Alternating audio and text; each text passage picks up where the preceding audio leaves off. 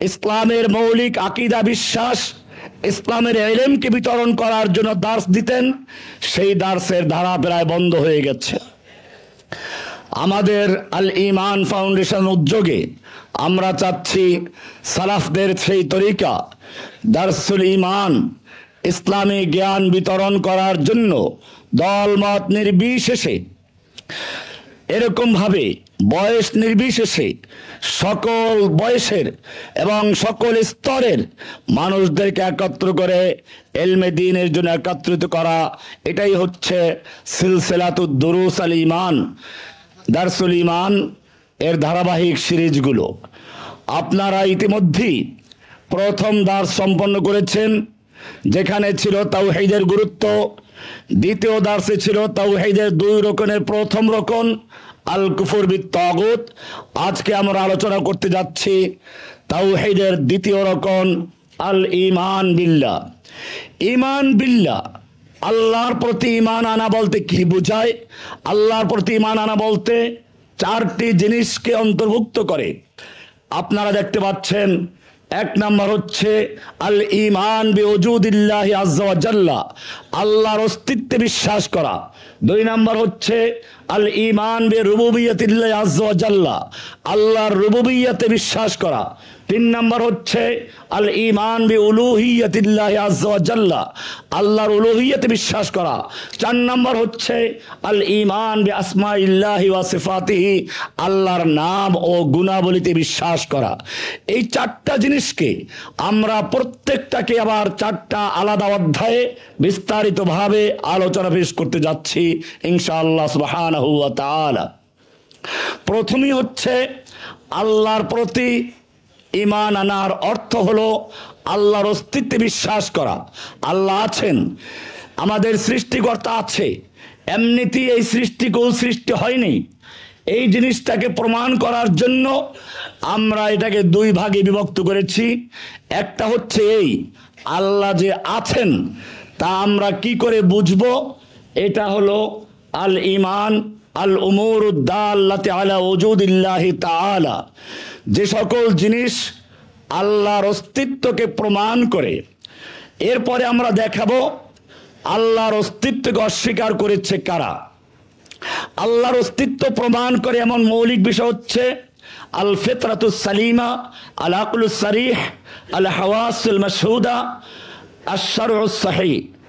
অপরদিকে আল্লাহর অস্তিত্বকে যুগে যুগে যারা অস্বীকার করেছে তাদের অনেকগুলো গ্রুপ আছে, দলীয়ভাবে আছে, আবার বিচ্ছিন্নভাবেও আছে।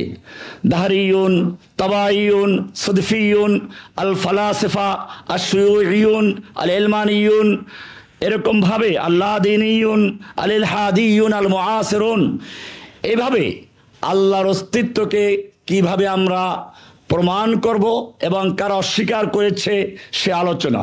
প্রথমেই হচ্ছে আল ফিতরাতুস সালিমা, সঠিক বিবেক। আপনারা জানেন আল্লাহ সুবহানাহু ওয়া তাআলা এই কিতাবের 15 নম্বর পৃষ্ঠাে আপনারা একটা আয়াত দেখতে পাবেন। সেখানে আল্লাহ সুবহানাহু ওয়া তাআলা বলেছেন, ফাআকিম ওয়াজহাকা লিদ-দীন হানিফা ফিতরাতাল্লাহিল্লাতী ফাতারান নাস আলাইহা। ফিতরাত, ফিতরাত মানে কি? আল্লাহ সুবহানাহু ওয়া তাআলা প্রত্যেকটা মানুষকে সৃষ্টি করার সঙ্গে সঙ্গে তার ভেতরে স্বভাবজাতভাবে একটা পরিচয় লিখে দিয়েছেন। জন্মগতভাবেই সে ওই পরিচয় নিয়ে জন্ম লাভ করে, সেটা হচ্ছে তার সৃষ্টিকর্তার পরিচয়।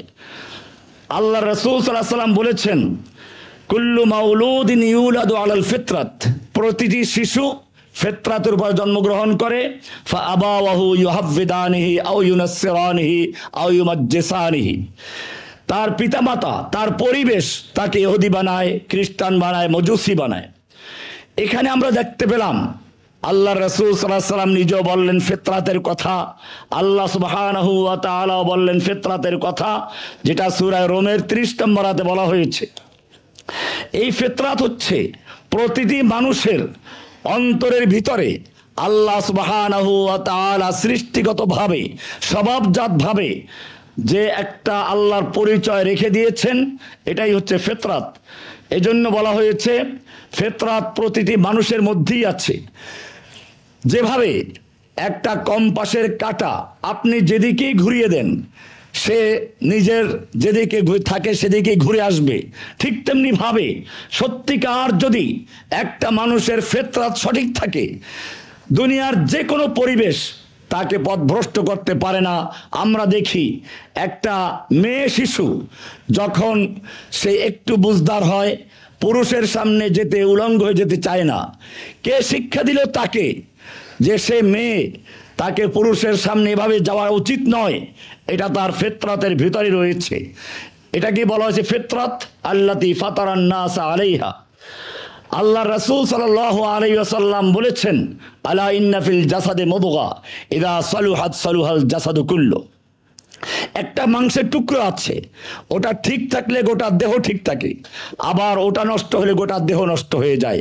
কোন একজন বিজ্ঞ ব্যক্তি একজন তার খাদেমকে, সে কতটুকু বিবেকবান পরীক্ষা করার জন্য বলো, তুমি একটা গরু জবাই করে গরুর সবচেয়ে উত্তম যে অংশটা ওটা আমার জন্য ভুনা করে নিয়ে আসো। সে গরুর কলিজাটা ভুনা করে নিয়ে আসলো, মজা করে খেলো। এরপরে বলল যে তুমি আজকে গরুর সবচেয়ে খারাপ যে অংশটা ওটা আমার জন্য ভুনা করে নিয়ে আসো। ছেলেটা ওই একই কলিজা নিয়ে আসলো। তো বলল, শুনেছিলাম তুমি অনেক বিবেক বুদ্ধিমান, তার কোনো পরিচয় তো পেলাম না। ছেলেটা বলল, দেখুন আমি ঠিকই বুঝেছি, ঠিকই করেছি। কারণ হচ্ছে এই, প্রত্যেকটা মানুষের মধ্যে, প্রত্যেকটা প্রাণীর মধ্যে একটা অংশ আছে, গোশতের টুকরা আছে, ওটা ঠিক থাকলে গোটা দেহ ঠিক থাকে, সেটা হচ্ছে এই কলিজা। আবার যদি নষ্ট হয়, গোটা দেহ নষ্ট হয়, সেটাও এই কলিজা। সেজন্য একটা দেহের ভিতরে সবচেয়ে উত্তম অংশ যদি বলেন তাও কলিজা, আর যদি খারাপ অংশ বলেন তাও কলিজা। আল্লাহ রাসূল সাল্লাল্লাহু আলাইহি ওয়াসাল্লাম বলেছেন, আলা ইন্না ফিল জাসাদে মুদগা ইযা সালুহাত সালুহাল জাসাদু কুল্লুহু ওয়া ইযা ফাসাদাত ফাসাদাল জাসাদু কুল্লুহু। ভাইরা আমার, আপনারা জানেন ফিতরাত মানে কি? আল ফিতরাতুস সালিমা। আপনারা এখন 18 নম্বর পৃষ্ঠায় গিয়ে দেখেন, সেখানে বলা আছে প্রতিটি মানুষ অন্তর দিয়ে এক আল্লাহর অস্তিত্বকে স্বীকার করে। এটি জন্মগত ফিতরা, কোনো শিক্ষার ফল নয়। 2, শয়তানের প্রভাব। শয়তান ও নফস এই স্বাভাবিক তাওহীদকে আড়াল করে রাখে, কিন্তু বিপদে তা উদ্ভাসিত হয়। যখন মানুষ বিপদে পড়ে তখন দেখা যায় তার খাজা বাবা, গাজা বাবা, ল্যাংটা বাবা সব ভুলে গিয়ে আবার সেই কম্পাসের কাঁটার মতো আল্লাহর দিকে ফিরে যায়, শুধু আল্লাহকে রাখতে থাকে। এটাই হচ্ছে ফিতরাত।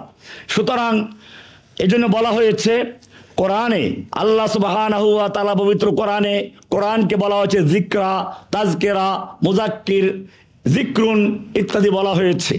কারণটা কি? জিকির বলা হয়, এখানে লেখা আছে জিকির শব্দটি তখনই ব্যবহার হয় যখন পূর্ব পরিচিত কোনো জিনিস ভুলে যাওয়ার পর পুনরায় হৃদয় আলোচিত হয়।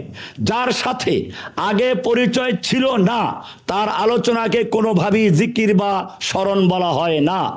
এজন্য আল্লাহ সুবহানাহু ওয়া তাআলা তার আলোচনাকে পবিত্র কোরআনে জিকির, জিকরা, তাজকিরা, মুজাক্কির ইত্যাদি বলেছেন। পৃথিবী, পাহাড়, পর্বত, সুন্দর উদ্ভিদ জগতে সব কিছু কি কোরআনে ফিকরা, জিকরা বা স্মরণিকা বলা হয়েছে। এসবই হৃদয়ের কাছে পূর্ব পরিচিত দয়াময় আল্লাহ সুবহানাহু ওয়া তাআলাকে স্মরণ করিয়ে দেয়। মূলত আল্লাহর সঙ্গে আমাদের পরিচয় আগের থেকেই আছে। এখন কোরআন এসে সেই পরিচয়টাকে আবার ভুলে গেছিলাম স্মরণ করিয়ে দেয়। এটা এরকম যেরকম ভাবে একটা শিশু তার মায়ের কোলে কয়েকদিন থাকে, এরপরে যদি মায়ের থেকে একটু দূরে নেওয়া হয়, সে মায়ের আওয়াজটা দূর থেকে শুনলেই সে বুঝতে পারে তার মায়ের ডাক এটা। এ কারণেই আল্লাহ রাসূল সাল্লাল্লাহু আলাইহি ওয়াসাল্লাম বলেছেন, 20 নম্বর পৃষ্ঠার শুরুতে একটা হাদিস দেখুন, সামি'তু রাসূলুল্লাহি সাল্লাল্লাহু আলাইহি ওয়াসাল্লাম ইয়াকুল উনজিলাতিল আমানাতু ফি জাযরি কুলুবির রিজাল সুম্মা আলিমু মিনাল কুরআন সুম্মা আলিমু মিনাস সুন্নাহ। রাসূলুল্লাহ সাল্লাল্লাহু আলাইহি ওয়াসাল্লাম বলেছেন, নিশ্চয়ই আমানত তথা আল্লাহর প্রতি ঈমান, তার পরিচয়, তার তাওহীদ, তার ভালোবাসা মানুষের অন্তরের মর্ম মূলে বা অন্তরের মণিকোঠায় নাজিল হয়েছে। তারপর তারা তা জানতে পেরেছে কোরআন থেকে অথবা জানতে পেরেছে সুন্নাহ থেকে। হাদিসটি বুখারীর 6497, মুসলিমের 384 নম্বর হাদিস। বোঝা গেল প্রথমে ঈমান গ্রথিত আছে, ঈমান রক্ষিত আছে অন্তরের ভিতরে, এরপরে কোরআন হাদিস ওটাকে স্মরণ করিয়ে দেয়। এই কারণে আমার প্রায় তাফসিরে আপনার একটা আয়াতে তাফসির দেখবেন, এখানেও আছে, আমি বিস্তারিত আসলে বলতে যাচ্ছি না। এটা 19 নম্বর পৃষ্ঠা দেখুন, আল্লাহ তাআলা বলছেন আলা বিযিক্রিল্লাহি তাতমাইন্নুল কুলুব। আলা বিযিক্রিল্লাহ, জিকির মানে স্মরণ, তাতমাইন্নু মানে স্থির, আর আল কুলুব মানে হচ্ছে পার্শ্ব পরিবর্তনকারী দিল। তার মানে হচ্ছে আমাদের কলব বারবার পার্শ্ব পরিবর্তন করে। ছোটবেলায় মায়ের সঙ্গে কলবের সম্পর্ক, একটু বড় হলে খেলার সাথীদের সঙ্গে, তার চেয়ে একটু বড় হলে স্কুলের বন্ধু বান্ধবের সাথে, তারপরে বিয়ে করলে স্ত্রীর সঙ্গে, বারবার পার্শ্ব পরিবর্তন করছে। এরপরে যখন আপনি সন্তানের মালিক হলেন, বাপ হলেন, তখন আপনার কলবের সম্পর্ক সন্তানের সাথে, সন্তান বড় হয়ে গেছে তখন আপনার কলবের সম্পর্ক নাতিপালার সাথে, নাতি বড় হয়ে গেছে, আপনি বিছনায় পড়ে গেছেন, এখন আর আপনার কলবের সাথে কেউ সময় দেওয়ার নেই, তখন বিছানায় বসে বসে এই বুড়ো মানুষটা অসহায় একজনকে ডাকে, কাকে? এবারে কম্পাসের কাঁটা ঘুরে সে জায়গায় চলে গেছে কোরআনের সূরা রাদের 13 নম্বর সূরা 28 নম্বর আয়াত। আল্লাহ বলছেন আলা বিযিক্রিল্লাহি তাতমাইন্নুল কুলুব। আল্লাহর জিকিরের মাধ্যমে অশান্ত দিল, পার্শ্ব পরিবর্তনকারী দিল আল্লাহর জিকিরে গিয়ে সর্বশেষ সান্ত্বনা লাভ করে, প্রশান্তি লাভ করে, স্থির হয়। এটা বিস্তারিত আলোচনা আছে, আপনারা দেখে নেবেন। এরপরে আমরা দ্বিতীয় যেটা দিয়ে আল্লাহর পরিচয় লাভ করতে পারি, আপনারা 22 নম্বর পৃষ্ঠায় যান। আমি একটু আগে দেখে নেই বইটা কার কার কাছে আছে, কতজনের কাছে আছে। মাশাআল্লাহ অনেকের কাছে আছে। আপনারা হয়তো এই বইটার মূল্য এখন অনেকে বুঝতে পারেননি। এটা অনেক গুরুত্বপূর্ণ বই, আপনারা সবগুলো আমি দার্স দিতে পারবো না, কিন্তু এখানে জেনে রাখবেন, আমি আগেই বলেছি ইসলামের মৌলিক বিষয় নিয়ে আমাদের সমাজে আলোচনা নেই, ইসলামের আকীদা বিশ্বাস নিয়ে আমাদের সমাজে কোনো কিতাব নেই। এই কিতাব আলহামদুলিল্লাহ, এটা আমার ফখর না, আল্লাহর নেয়ামতের শুকরিয়া আদায় করছি। এখানে ঈমান বিল্লাহর উপরে এত তথ্যবহুল আলোচনা সংক্ষেপে আনা হয়েছে, যেটা আপনি হয়তো এরকম 10টা কিতাব পড়লেও আপনি পারবেন না ইনশাআল্লাহ। আমি আপনাদের সুবিধার জন্য দামও কম রেখেছি, মাত্র 200 টাকা। আপনারা দেখতে পেরেছেন এটা 4 কালারের বই, 100 গ্রাম আর্ট পেপারে, 100 গ্রামে আর্ট পেপারে 4 কালারের একটা বই। এরকম একটা বই আপনাদের কমপক্ষে 1000 টাকা নিবে। আমরা শুধু আপনাদের পড়ার জন্য ছাত্র হিসেবে আপনারা এখানে আসেন, সেজন্য আপনাদের থেকে মাত্র 200 টাকা। এটাও যদি আপনারা না নেন তাহলে আমার মনে হয় এর চেয়ে কপাল পড়া দুনিয়ার কেউ নাই। আর এর চেয়ে কেউ যদি অসহায় থাকেন, সত্যিকার কেনার পয়সা না থাকে, আমাদের অনেক ভাইরা আছেন, গার্মেন্টসে আছেন, রিক্সাওয়ালা আছেন, সেই ভাইদেরকে আমি বলবো তারা একটু হাত উঁচু করলে আমি তাদেরকে ফ্রি দিয়ে দেবো ইনশাআল্লাহ। আছেন এর কজন? এই তাড়াতাড়ি বই দিয়ে দেন ফ্রি। যে ভাইরা কিনতে সক্ষম না, ওই যে 3জন 4জন দেখা যায়, যারা এখন দিয়ে দেন, এখন দিয়ে দেন, কারণ দর্শি কিতাব লাগবে। এটা ভাইরা আমার, যে বিষয়টি আমি আলোচনা করি, বই না থাকলে তো আপনি ছাত্র হলেন কেমনে? যদি ক্লাসে বই ছাড়া ছাত্র যায় তো ওই ছাত্র থাকবে? এটা মনে রাখবেন, আমাদের এটা কোনো ওয়াজ মাহফিল না, দার্সে প্রত্যেকে কিতাবটা দিবেন। কারণ আপনি একটু পরে দেখবেন যে এর ভিতরে কত রকমের, আমি সবগুলো পড়তে পারবো না, সব পড়তে গেলে তো এখানে 222 পৃষ্ঠা আছে। যে বিষয়ে আলোচনা করছিলাম 2 নম্বর আল হিসুল মাশহুদ। 2 নম্বর হচ্ছে ইন্দ্রিয়, পঞ্চ ইন্দ্রিয়ের মাধ্যমে আমরা আল্লাহর পরিচয় লাভ করতে পারি। আমি সংক্ষেপে বলি, পঞ্চ ইন্দ্রিয় বলতে চোখ, নাক, কান। চোখ দিয়ে আমরা দেখি, কান দিয়ে শুনি, নাক দিয়ে ঘ্রাণ নেই। কি সুন্দর খাবারটা মুখে দেওয়ার সঙ্গে সঙ্গে আমাদের নাক রিপোর্ট করে দেয় এটা ভালো না মন্দ। এরকম ভাবে আমাদের হাতের স্পর্শ করার দ্বারা বুঝতে পারি নরম না শক্ত, গরম না ঠান্ডা। এই যে অনুভূতি, এর মাধ্যমে আল্লাহর পরিচয় লাভ করা যায়। এজন্য বলা হয়েছে জাহিলি যুগে একজন লোককে বলা হয়েছিল, তুমি যে এক আল্লাহ বিশ্বাসী, মূর্তি পূজা করো না, তোমার প্রমাণ কি? সেই জাহেলি যুগে কুস ইবনে কায়েস বলেছিল, আল বারাতু তাদুল্লু আলাল বাঈর ওয়া আসারুল কদম তাদুল্লু আলাল মাসির ফাস-সামাউ যাতুল আবরাজ ওয়াল বাহরু যাতুল ফিজাজ কাইফা লা তাদুল্লু আলাস সামিউল বাসির। একটা গোবর লাদা দেখে যদি পরিচয় পাওয়া যায় এলাকায় গরু আছে, ছাগলের লাদা দেখে পরিচয় পাওয়া যায় এলাকায় ছাগল আছে, মানুষের গোবর দেখে বোঝা যায় এলাকায় মানুষ আছে, তাহলে এই কক্ষপথ বিশিষ্ট আসমান, তুফান বিশিষ্ট সমুদ্র, আর পাহাড় পর্বত পশুপক্ষী বিশিষ্ট এই জমিন কি করে প্রমাণ করে না এক মহান স্রষ্টা, মহান কারিগর, মহান বিজ্ঞানী আল্লাহ রাব্বুল আলামিনের? এভাবে আল্লাহর পরিচয়ের উপরে বিস্তারিত আলোচনা আছে। এরপরে আরেকটা আছে আল আকলুস সরিহ। আকলুস সরিহ হচ্ছে, এটা আপনারা 35 নম্বর পৃষ্ঠা দেখুন, শরিয়াত সিদ্ধ স্বচ্ছ বুদ্ধি মানুষের জন্য আল্লাহর এক মহান নিয়ামত। যখন এই বুদ্ধি কুমন্ত্রণা, কুসন্দেহ ও নিচু কামনা থেকে মুক্ত হয়, তখন এটি এক নির্মল আয়নার মতো হয়ে যায়, যা সৃষ্টির সত্যকে প্রতিফলিত করে এবং একমাত্র সত্য স্রষ্টার অস্তিত্বকে মহিমার দিকে স্পষ্টভাবে ইঙ্গিত করে। আকল এটা এরকমই। আমি এখানে একটা উদাহরণ দিয়েছি যে একটা বর্তমান সময়ে কম্পিউটার সবাই ব্যবহার করে। কম্পিউটারের যেমন 3টে অংশ থাকে, আপনারা এটা একটু পিছনে যান, 16 নম্বর পৃষ্ঠা দেখুন, ওখানে লেখা আছে মানব দেহকে যদি আধুনিক ভাষায় বোঝানো যায় তবে বলা যায় এটি এক জীবন্ত কম্পিউটার। যেমন একটি কম্পিউটার 3টি মূল অংশে গঠিত, হার্ডওয়্যার, সিপিইউ ও সফটওয়্যার, তেমনি মানুষও 3টি প্রধান অঙ্গ দ্বারা সম্পূর্ণ, শরীর, মস্তিষ্ক ও হৃদয় দ্বারা গঠিত। শরীর হলো মানুষের হার্ডওয়্যার, যা বাহ্যিক কাঠামো ও কাজের যন্ত্র। মস্তিষ্ক হলো সিপিইউ, প্রসেসর, যা চিন্তা করে, বিশ্লেষণ করে, নির্দেশ পাঠায়। আর হৃদয় হলো মানুষের সফটওয়্যার বা নিয়ন্ত্রণ করে, যা নিয়ন্ত্রণ করে, সঠিক বা ভুল নির্দেশ দেয়। যেভাবে সফটওয়্যারে ভাইরাস ঢুকলে পুরো কম্পিউটার বিকল হয়ে যায়, তেমনি ভাবে মানুষের হৃদয়ে যদি শয়তানের ভাইরাস ঢুকে পড়ে, তাহলে তার পুরো দেহ, মন ও আচরণ নষ্ট হয়ে যায়। তাহলে বোঝা যায় যে ফিতরাত, আকল, এরকম ভাবে আরেকটা হচ্ছে পরবর্তী যেটা, সেটা হচ্ছে আশ-শারউস সহিহ, শরিয়াত, শরঈ দলিল, কোরআন হাদিস। এটা মানুষকে আল্লাহর অস্তিত্ব বুঝায়। মূলত নবী রাসূলরা আগমন করেন মানুষকে স্মরণ করে দেওয়ার জন্য। প্রত্যেকটা মানুষের ভিতরে আল্লাহর যে পরিচয় আগের থেকে দেওয়া আছে সেটা মানুষ ভুলে যায়। এটাকে স্মরণ করে দেওয়ার জন্যই আল্লাহ তাআলা যুগে যুগে নবী রাসূল পাঠিয়েছেন। সে নবী রাসূলদেরকে আবার কিতাব দিয়েছেন, যাতে করে কিতাবের মাধ্যমে তারা মানুষকে স্মরণ করে দিতে পারেন। এজন্য নবীদেরকে বলা হয় মুজাক্কির, আর কিতাবকে বলা হয় যিকরা।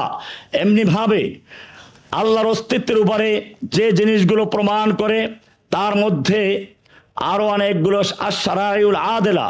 এমনিভাবে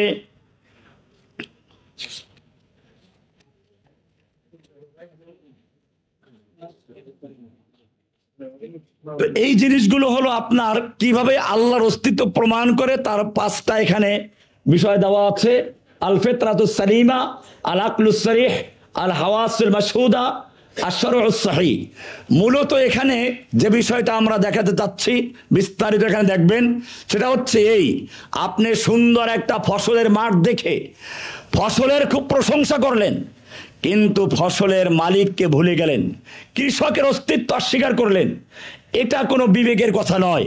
ঠিক তেমনি ভাবে আল্লাহ সুবহানাহু ওয়া তাআলা এই বিশাল সৃষ্টিকে কিভাবে তার পরিচয়ের জন্য তুলে ধরেছেন তার বিস্তারিত আলোচনা এখানে আছে। এরপরে আপনি আসুন 60 নম্বর পৃষ্ঠায়। এখান থেকে শুরু হয়েছে যারা আল্লাহর অস্তিত্বকে অস্বীকার করেছে। অস্বীকার যারা করেছে তারা 2 ভাগে বিভক্ত। একটা হচ্ছে যারা দলগতভাবে আদর্শিকভাবে, আর একটা হচ্ছে ব্যক্তিগতভাবে। আদর্শিকভাবে যারা আল্লাহর অস্তিত্ব অস্বীকার করেছে তাদের প্রথম দল হচ্ছে আদ-দাহরিয়ুন। আপনারা শুরুতে দেখতে পাচ্ছেন আদ-দাহরিয়ুন। দাহার মানে হচ্ছে সবাই, বিবর্তনবাদ যেটাকে আমরা বলি। এই লোকগুলোর বিশ্বাস যে আমাদের এই দুনিয়াতে যা কিছু হচ্ছে কেউ মারা যাচ্ছে, কেউ বুড়ো হচ্ছে, কেউ জন্মগ্রহণ করছে, এ সবগুলোই হচ্ছে সময়ের পরিবর্তনের কারণে ঘটে থাকে। কোন একজন কবিতায় বলেছেন, 61 নম্বর পৃষ্ঠা দেখুন, বলা আছে আশাবা সাগীরা ওয়া আফনাল কাবীর কাররুল গাদাতি ওয়া মাররুল আশি। এটা হলো কবির কথায়। আর বাম পাশের পৃষ্ঠা আয়াত আছে ওমা ইউহলিকুনা ইল্লা দাহার। তাদের কোরআনে তাদের চিত্র তুলে ধরেছে। তারা বলতো এই যে আমাদের সময়ের পরিবর্তন, দিন আসে রাত্র, যা রাত্র আসে দিন আসে, এর পরিবর্তনের কারণেই আমাদের জীবন মরণ আসে। সূরা জাসিয়ার 24 নম্বর আয়াতে আল্লাহ তাআলা তাদের এই বিশ্বাসকে তুলে ধরে বলেছেন ওয়াকালু মা হিয়া ইল্লা হায়াতুনাদ দুনিয়া নামুতু ওয়া নাহইয়া ওয়া মা ইউহলিকুনা ইল্লা দাহার। মনে রাখবেন, ইসলামের মৌলিক আকীদার মধ্যে একটা বড় বিশ্বাস হচ্ছে এই যে আখেরাত আছে। আল্লাহর নবী যখন প্রথমে আখেরাতের কথা বললেন, তখন মক্কার এক দার্শনিক, একজন ফলসফি মরুভূমির মাঝখান থেকে একটা পুরাতন হাড্ডি নিয়ে আসলো। নলার হাড্ডি, উটের হাড্ডি, হয়তো কয়েক হাজার বছর আগের। সে এসে প্রথমে একটা ফু দিল, এক পাশ থেকে ফু ঢুকে আর এক পাশ দিয়ে বের হয়ে চলে গেল। দেখালো এটা অসার, এর ভিতরে কোনো প্রাণ শক্তি নেই। এরপরে সে ওটা পাউডার করলো, এরপর আর এক ফু দিয়ে উড়িয়ে দিল। এরপরে সে যুক্তিদার করালো এই যে হাড্ডি, আমি পুরাতন হাড্ডি পাউডার করে উড়িয়ে দিলাম, এইটাকে আবার কিভাবে জীবিত করবে? এইটা কি জীবিত সম্ভব? আল্লাহর নবীকে প্রশ্ন করলো। আল্লাহর নবী উত্তর দিয়েছিলেন। আল্লাহর নবীকে প্রশ্ন করা মানে আল্লাহকে প্রশ্ন করা। আল্লাহ তাআলা নিজে উত্তর দিয়েছেন। সূরা ইয়াসিনের শেষের আয়াতগুলো দেখবেন, সেখানে বলা আছে ওয়াদারাবা লানা মাসালান ওয়া নাসিয়া খালকাহ। সে আমার উদ্দেশ্যে, দরাবা লানা, আল্লাহ বলছেন আমার সামনে সে একটা যুক্তি দাঁড় করালো, একটা যুক্তি পেশ করলো। ওয়া নাসিয়া খালকা, সে নিজের সৃষ্টিকে ভুলে গেল। এরপরে আল্লাহ তাআলা বলছেন, এটা একটা খোঁচা মারলেন, ওয়া নাসিয়া খালকা। এরপরে বললেন, মূল উত্তর দিলেন কুল ইউহয়িহাল্লাযী আনশাহা আউওয়ালা মাররা। বলো এই পাউডারকে একাত্র করে পুনর্বার জীবিত করবেন সেই মহান সত্তা, যিনি এই পাউডারওয়ালা হাড্ডিটাকে প্রথমবার তৈরি করেছিলেন। প্রথমবার তৈরি করতে কি কি লেগেছিল? কোরআন বলছে ফালিয়ানজুরিল ইনসানু ইলা তাআমি আন্না সাবাবনাল মাআ সাব্বা। আমি তার জন্য এই হাড্ডি কিভাবে তৈরি হলো, কত মুরগি খেলো, কত গরু খেলো, কত ছাগল খেলো, কত ডাল চাল আলু আপেল আম জাম লেচু কাঁঠাল, কত মাছ খেলো, কত খোপের মুরগি দিয়ে এই হাড্ডি তৈরি হলো। যে আল্লাহ সুবহানাহু ওয়া তাআলা দুনিয়ার আনাচে কানাচের থেকে বিভিন্ন জায়গা থেকে উপাদান জড়ো করে তোমার এই হাড্ডি তৈরি করেছিলেন প্রথম বেলায়, তিনি আবার তোমার এই হাড্ডিকে পুনর্বার তৈরি করতে পারবেন। এভাবেই আল্লাহ রাব্বুল আলামিন নিজের অস্তিত্বের প্রমাণ দিয়েছেন। কিন্তু এখানে প্রথম তাহরিয়ুন যারা, বিবর্তনবাদী যারা, তাদের স্লোগানটা এখানে আছে, আপনারা বিস্তারিত এখান থেকে পড়ে নেবেন। এরপরে আর একটা গ্রুপ হলো যারা আল্লাহর অস্তিত্ব অস্বীকার করেছে, আত-তাবায়ুন। তাবায়ুন মানে হচ্ছে প্রকৃতিবাদী। দেখবেন অনেকেই কথায় কথায় বলে প্রকৃতির অনুদান, প্রকৃতি তাদেরকে দেয়, এগুলো সব। এই যে প্রকৃতিবাদী, এদের একটা সংজ্ঞা আছে, এখানে বিস্তারিত সংজ্ঞা আছে। প্রকৃতিবাদী কারা? এরা হলো ওই সম্প্রদায় যারা প্রাকৃতিক স্বয়ংসম্পূর্ণ সত্তা মনে করে, প্রকৃতিকে স্বয়ংসম্পূর্ণ সত্তা মনে করে, যে নিজেই সৃষ্টি করে ও নিয়ন্ত্রণ করে, স্রষ্টার কোনো প্রয়োজন নেই। আল্লাহ সুবহানাহু ওয়া তাআলা এই জাতীয় লোকদের উত্তর দিয়েছেন আম খুলিকু মিন গায়রি শাইইন আম হুমুল খালিকুন। আল্লাহ তাআলা বলছেন তারা যে বলে প্রকৃতি সৃষ্টি করেছে, প্রকৃতি কিভাবে সৃষ্টি করলো? শূন্য, ওই যে ডিম আগে না মুরগি আগে, ডিম যদি আগে হয় তা ডিমটা পারলো কে? আর যে মুরগি আগে হয় তাহলে মুরগি আসলো কোথা থেকে ডিম ছাড়া? এরকম আল্লাহ তাআলা দলিল দিয়েছেন আম খুলিকু মিন গায়রি শাইইন আম হুমুল খালিকুন। তারা যে বলে সৃষ্টিকর্তা ছাড়াই সৃষ্টি হয়েছে, তারা কি নিজেরা নিজেদের সৃষ্টি করেছে, নাকি তারা কোনো স্রষ্টা ছাড়াই সৃষ্টি হয়েছে? এভাবে আল্লাহ সুবহানাহু ওয়া তাআলা তাদের জবাব দিয়েছেন আল্লাহু খালিকু কুল্লি শাই বাদিউস সামাওয়াত। আল্লাহ তাআলা সব কিছুর কোনো নমুনা ছাড়া তিনি সৃষ্টি করেছেন। মানুষ সৃষ্টিকর্তা না, মানুষ হচ্ছে আবিষ্কারক। আল্লাহ সুবহানাহু ওয়া তাআলা যেই জিনিসগুলো তৈরি করেছেন, ওই জিনিসগুলোর বিভিন্ন উপাদানকে একাত্র করে মানুষ দেখা যায় একটা জিনিস আবিষ্কার করে। এই মাইক তৈরি করলো যারা, তারা এটা সৃষ্টিকর্তা না, তারা এটা আল্লাহর সৃষ্টিকৃত বিভিন্ন উপাদানকে একাত্র করে তারপরে তারা একটা মেশিন তৈরি করেছে, কিন্তু মূল উপাদানগুলো আল্লাহর। আল্লাহ সুবহানাহু ওয়া তাআলা সেজন্য বলেছেন বাদিউস সামাওয়াতি ওয়াল আরদ, তুমি যদি পারো তাহলে আল্লাহর সৃষ্টি কোনো উপাদান ছাড়া একটা জিনিস তৈরি করে দেখাও।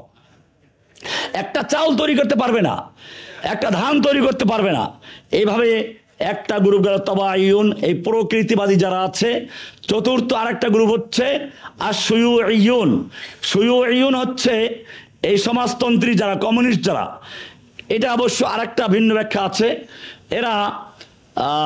এরা বিশ্বাস করে ধর্ম হচ্ছে একটা আফিম, অর্থাৎ এটি এক সামাজিক রাজনৈতিক বস্তুবাদী মতবাদ যা ব্যক্তি মালিকানা বিলোপ করে উৎপাদন উপকরণ সমাজের হাতে দিতে চায় এবং আল্লাহ গায়েবকে অস্বীকার করে। এই লোকগুলোকে শুয়ুইয়ুন বলা, আরবিতে কমিউনিজম যারা, কমিউনিস্ট পার্টি যারা করে, কারণ তারা সম্পদ ও উৎপাদন উপকরণ সমাজের সবার মধ্যে ভাগাভাগি করতে চায়, এই জন্য শুয়ুইয়ুন বলা হয়। তো এদের মূল বিশ্বাস হচ্ছে ধর্ম নাই, ধর্ম বলতে একটা আফিম, এটা একটা মদের মতো, এটা মানুষ তৈরি করেছে। এই ধর্মীয়, এটার বিভিন্ন ওদের মন্তব্য আছে, ওদের ধর্মের যারা বড় বড় ব্যক্তি আছে ওদের সব মতামতগুলো এখানে দেওয়া আছে। এরপরে আর একটা হলো সুররাকুল হাদিস। এরা হচ্ছে ব্যক্তিগতভাবে যারা আল্লাহকে অস্বীকার করেছে যুগে যুগে। এর মধ্যে আপনার নমরুদ আছে, এরকমভাবে কেনান আছে, এরকমভাবে আপনার ফেরাউন আছে, প্রত্যেকের নাম দেওয়া আছে। এখানে শুরু লম্বা একটা আলোচনা আছে। এই আলোচনা একেবারে যুগে যুগে কারুন থেকে শুরু করে আপনার যত লোক আছে, একেবারে কার্ল মার্কস, মাও সেতুং থেকে শুরু করে এই আলোচনা চলছে প্রায়, এখানে অনেকগুলো আছে, প্রায় 30 জনের নাম দেওয়া আছে। শেষ পর্যন্ত আপনারা গিয়ে দেখেন 108 নম্বর পৃষ্ঠায় আমাদের ব্লগার রাজীব হায়দার পর্যন্ত চলে আসছে। এই সব নাস্তিকদের যুগে যুগে যারা আল্লাহর অস্তিত্ব অস্বীকার করেছে সবগুলোর তালিকা দেওয়া আছে। তো এটা হলো প্রথম যে বিষয়টা, তা হচ্ছে আল্লাহর অস্তিত্ব, আল্লাহর অস্তিত্বকে প্রমাণ করা, আল্লাহর অস্তিত্ব অস্বীকার যারা করেছে তাদের বিস্তারিত আলোচনা। এরপরে দ্বিতীয় অধ্যায় শুরু হচ্ছে আল বাবু সানি আল ঈমান বিরুবুবিয়্যাতিল্লাহি আযজা ওয়া জাল্লা, আল্লাহর রুবুবিয়্যাতে বিশ্বাস করা, রব হিসেবে আল্লাহকে মেনে নেওয়া। রব কি জিনিস? রব মানে এক কথায় যদি আমরা বলি তাহলে আসমান থেকে বান্দার জন্য যা নাজিল হয় সেটা হচ্ছে রব। সৃষ্টি করা মূল হচ্ছে তিনটা জিনিস, মূল হচ্ছে তিনটা জিনিস আপনারা দেখতে পাচ্ছেন, আল খলক, আল মুলক, আল আমর। আল খলক, প্রথম হচ্ছে রবের প্রথম কাজ হচ্ছে সৃষ্টি করা। মুসা আলাইহিস সালাম যখন ফেরাউনের কাছে গেলেন তখন ফেরাউন জিজ্ঞেস করেছিল তোমার রবটা কে, তোমার রবের পরিচয় কি?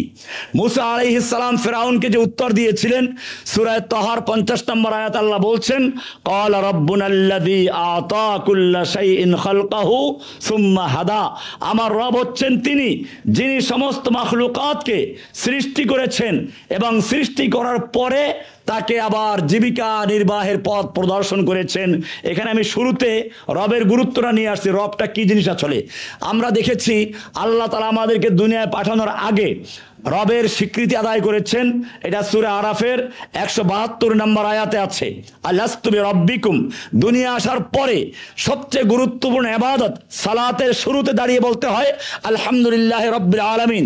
এরপর রুকুতে গিয়ে সুবহান রাব্বিয়াল আযীম, সিজদায় গিয়ে সুবহান রাব্বিল আলা, রুকুর থেকে সোজা দাঁড়িয়ে রব্বানা লাকাল হামদ।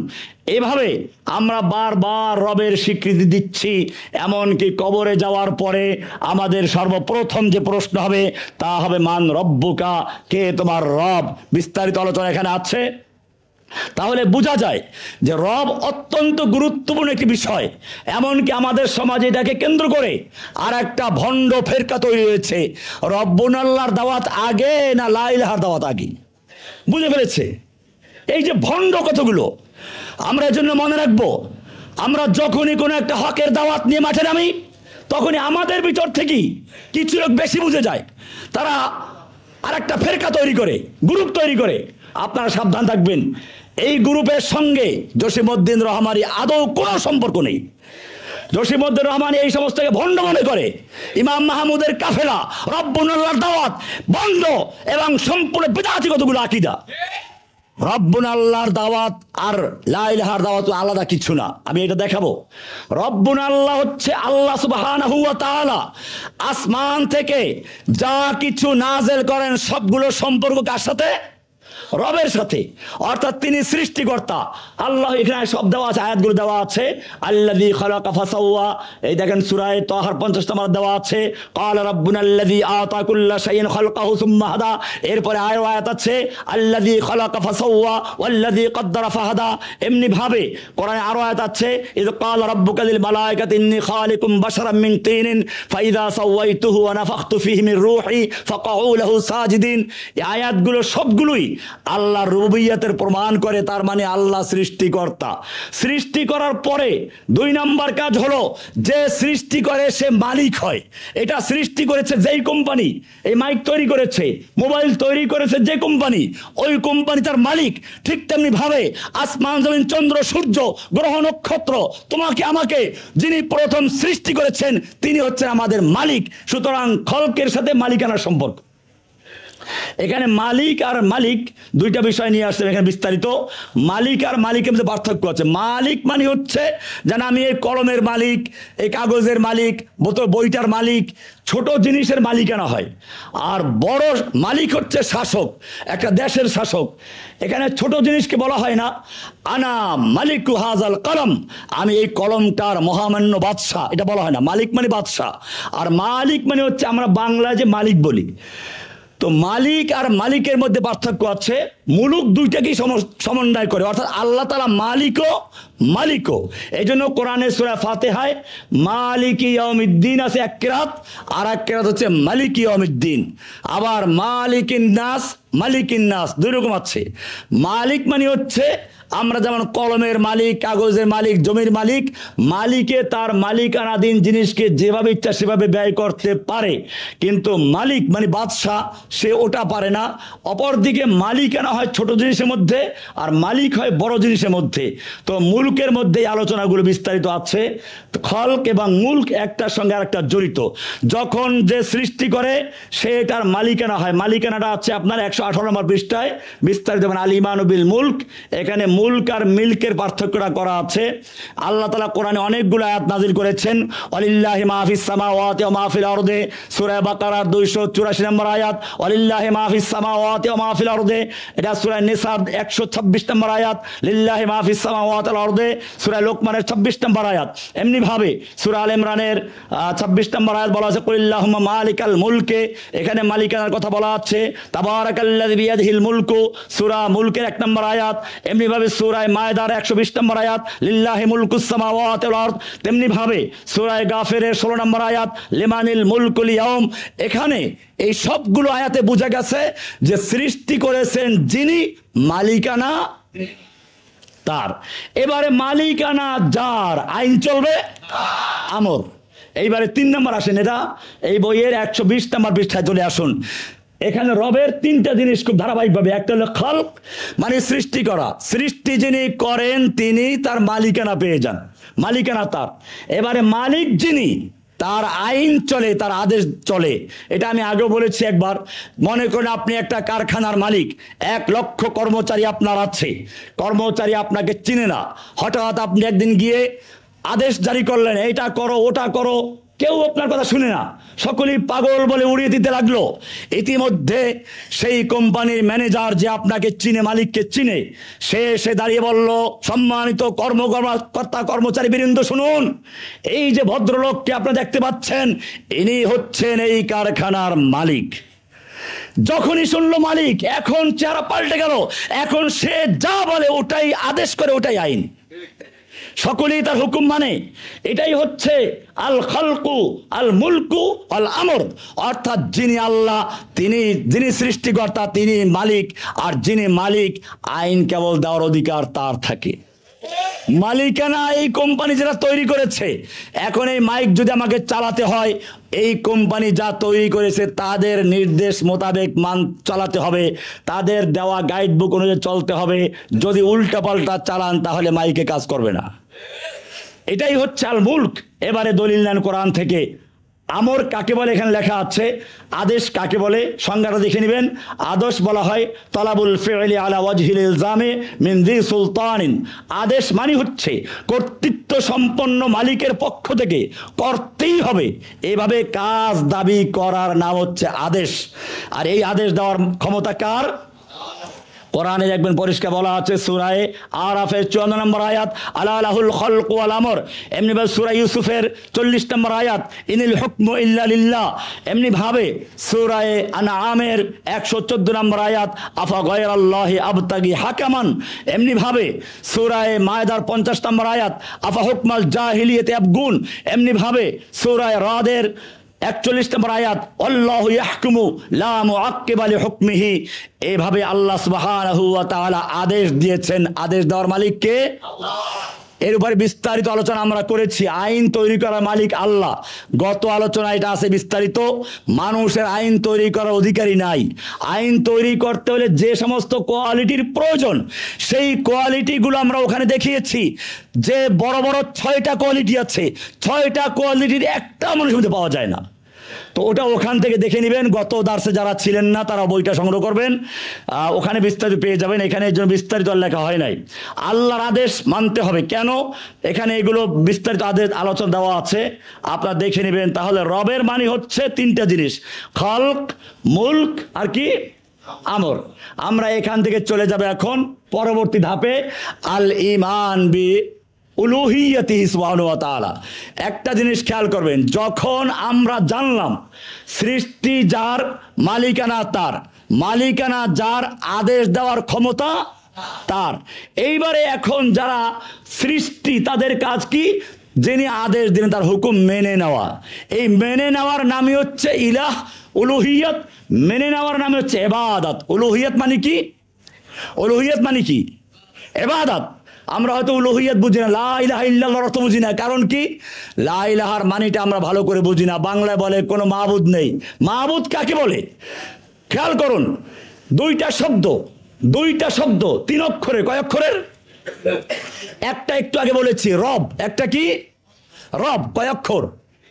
আরবিতে 3 অক্ষর, র বা বা, রব। রব এতক্ষণ আলোচনা করছি, সৃষ্টিকর্তা, মালিকানা যার, আদেশ দেওয়ার ক্ষমতা যার, তিনি হচ্ছেন কি?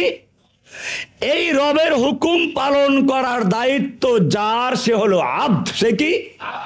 আব্দ। কয় অক্ষর? 3 অক্ষর। আব্দুল কয় অক্ষর? আইন বা দাল। তাহলে আল্লাহ হচ্ছেন রব, বাকি সব হলো কি? আব্দ। আপনি এখন সূরা ফাতিহা পড়লো পাবেন, শুরুতে আছে আলহামদুলিল্লাহ রব্বিল, রবের কথা। আর অপর দিকে শুরুতে বলা আছে ইকরা বিসমি রব্বিকাল্লাযী খলাক। তুমি তোমার রবের নামে পড়ো যে তোমাকে সৃষ্টি করেছে। ওই যে রব, রব সৃষ্টি করেছেন, অতএব তার ক্ষমতা আছে তোমাকে আদেশ দেওয়ার। তার নামে পড়ো, রব পাওয়া গেল। এখন আপনি রবের আব্দ, আপনার কাজ হচ্ছে রবের হুকুম মেনে চলা। রবের হুকুম কি? আপনি যতক্ষণ পর্যন্ত গোলামি করেন, মানে নামাজ যতক্ষণ পড়েন ততক্ষণ আব্দ না। মনে করুন আপনি একটা ঘরের একটা চাকর বা একটা গোলাম কিনে নিয়েছেন। এখন যতক্ষণ সে কাজ করে ততক্ষণ সে আপনার চাকর। যখন সে ঘুমায় তখন কি চাকর না? তখন চাকর কি না? তাহলে ঠিক তেমনি ভাবে একটা মানুষ, যেই ব্যক্তি আল্লাহকে রব বলে মেনে নেয়, সে আল্লাহর আব্দ হয়ে যায়। কি হয়ে যায়? আব্দ। মানে আপনি যতক্ষণ পর্যন্ত নামাজ পড়েন, রোজা রাখেন, হজ করেন, যাকাত দেন, শুধু অতক্ষণ না, আপনি যতদিন পর্যন্ত জীবিত আছেন, যতক্ষণ পর্যন্ত অস্তিত্ব আছে, আপনি পুরোটা সময়, ঘুমানোর সময় আপনি আব্দ, খাওয়ার সময় আব্দ, আপনি যখন কাজ করেন তখন আব্দ, নামাজ পড়ার সময় আব্দ, আপনি ব্যাংকে চাকরি করেন তখন আব্দ, আদালতে গেলে তখন আব্দ, সংসদে তখন আব্দ। সবসময় আমরা কি? আব্দ। এই যে আব্দিয়াত, এইটার নাম ইবাদত, এইটার নাম উলুহিয়াত। এটার নাম কি? তাহলে উলুহিয়াত আর রুবুবিয়াত একটার মোতালাজেম। তার মানে যদি কোনো ব্যক্তি আল্লাহকে রব হিসাবে মেনে নেয়, তাহলে তার অটোমেটিক ফলাফল হচ্ছে সে আল্লাহর গোলাম হয়ে যায়। কি হয়ে যায়? তাহলে উলুহিয়াত রুবুবিয়াতের পার্থক্য নেই। মানুষ এইখানে গন্ডগোল করে, সেই জন্য নবীদেরকে বলা হয়েছে লা ইলাহা ইল্লাল্লাহর দাওয়াত দাও, কারণ রুবুবিয়্যতে মানুষরা ভুল করে না। রুবুবিয়্যত মক্কার কাফেররা বিশ্বাস করতো। আমাদের এই দার্সের প্রথম খণ্ডে দেখবেন একটা দলিল দেওয়া আছে, সব অনেকগুলো দলিল দেওয়া আছে, কোরআনে আয়াত দিয়ে, হাদিস দিয়ে, ঐতিহাসিক দলিল দিয়ে। সেখানে আমরা প্রমাণ করেছি যে রবকে যুগে যুগে অস্বীকার করেছে খুব অল্প নাস্তিকেরা, বেশিরভাগ লোকেরা রবকে স্বীকার করেছে। গন্ডগোলটা কোন জায়গায় করেছে? আবদিয়াতের ব্যাপারে, উলুহিয়তের ব্যাপারে। সেই জন্য এখানে আমরা তৃতীয় ধাপে যেটা আছে তা হচ্ছে আল ঈমান বি উলুহিয়্যাতিল্লাহি আযজা ওয়া জাল্লা, আল্লাহর উলুহিয়্যত ঈমান আনা। এই উলুহিয়ত মানে ইবাদত। এই ইবাদতকে আমরা চার ভাগে ভাগ করেছি। আল ইবাদাতুল কলবিয়্যা, আল ইবাদাতুল ফি'লিয়্যা, আল ইবাদাতুল কওলিয়্যা, আল ইবাদাতুল মালিয়্যা।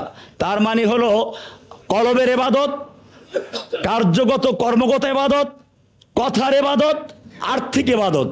এবারে আমরা বিস্তারিত আলোচনা এখানে দিয়েছি যে রুবুবিয়্যাত অর্থাৎ কলবের মানে প্রথম যে কলবের ইবাদতগুলো কি কি। আপনি দেখেন কলবের ইবাদত মূল তিনটা। মৌলিক কয়টা? কলবের ইবাদত মৌলিক তিনটা। এক নম্বর হচ্ছে আল মাহাব্বাত। কলবের প্রথম কাজ হচ্ছে মহাব্বত করা। কাকে মহাব্বত করব? না কোনো হিন্দু ছেলেকে। এই জন্য আপনাদের মনে রাখতে হবে, আমি বারবার বলি যে আজকে আমরা সমাজে শুনতে পাই অমুক মুসলিম মেয়ে হিন্দুর সঙ্গে প্রেম করে পালিয়ে গেছে, আর যখন ধরা খায় তখন আমাদের সাহায্য চায়। আপনারা সাবধান থাকবেন, কেবল খবর শুনলেই পাগল হবেন না। আপনারা পাগল হন, আমরা পাগল হই, পরে দেখা যায় ভুয়া। এই গাজীপুরের যে মেয়ে, সত্য সন্ধান করুন, আমরা তার জন্য স্লোগান দিয়েছি, কিন্তু বাস্তবতা শুনতে পাচ্ছি ভিন্ন। এই মেয়ের সঙ্গে আসলেই ওই হিন্দুর সাথে প্রেম ছিল। তাহলে আপনি কাদের জন্য আমাকে মাঠে নামাইলেন? ভালো করে যাচাই বাছাই করে মানো। এই সমস্ত মেয়েরা, নষ্ট মেয়েরা হিন্দুর সঙ্গে প্রেম করে, আর এরপরে যখন নাকি ফেল করে, যখন ধরা খেয়ে যায়, তখন আমাদের কাছে ধরে না দেয়, কান্নাকাটি শুরু করে দেয়। মনে রাখবেন, এই জন্য প্রথম কাজ হচ্ছে একজন মুমিনের ভালোবাসা কার জন্য। আমরা এরপরে আলোচনা নিয়ে আসবো, আল ওয়ালা ওয়াল বারা, এগুলো পরে আসবে ইনশাআল্লাহ, পরিষ্কার হয়ে যাবে তখন। আল মাহাব্বাত, ভালোবাসা এক নম্বর। কলবের ইবাদত কি? ইবাদত কার জন্য হবে? অন্তরে ভালোবাসা চূড়ান্ত কার জন্য?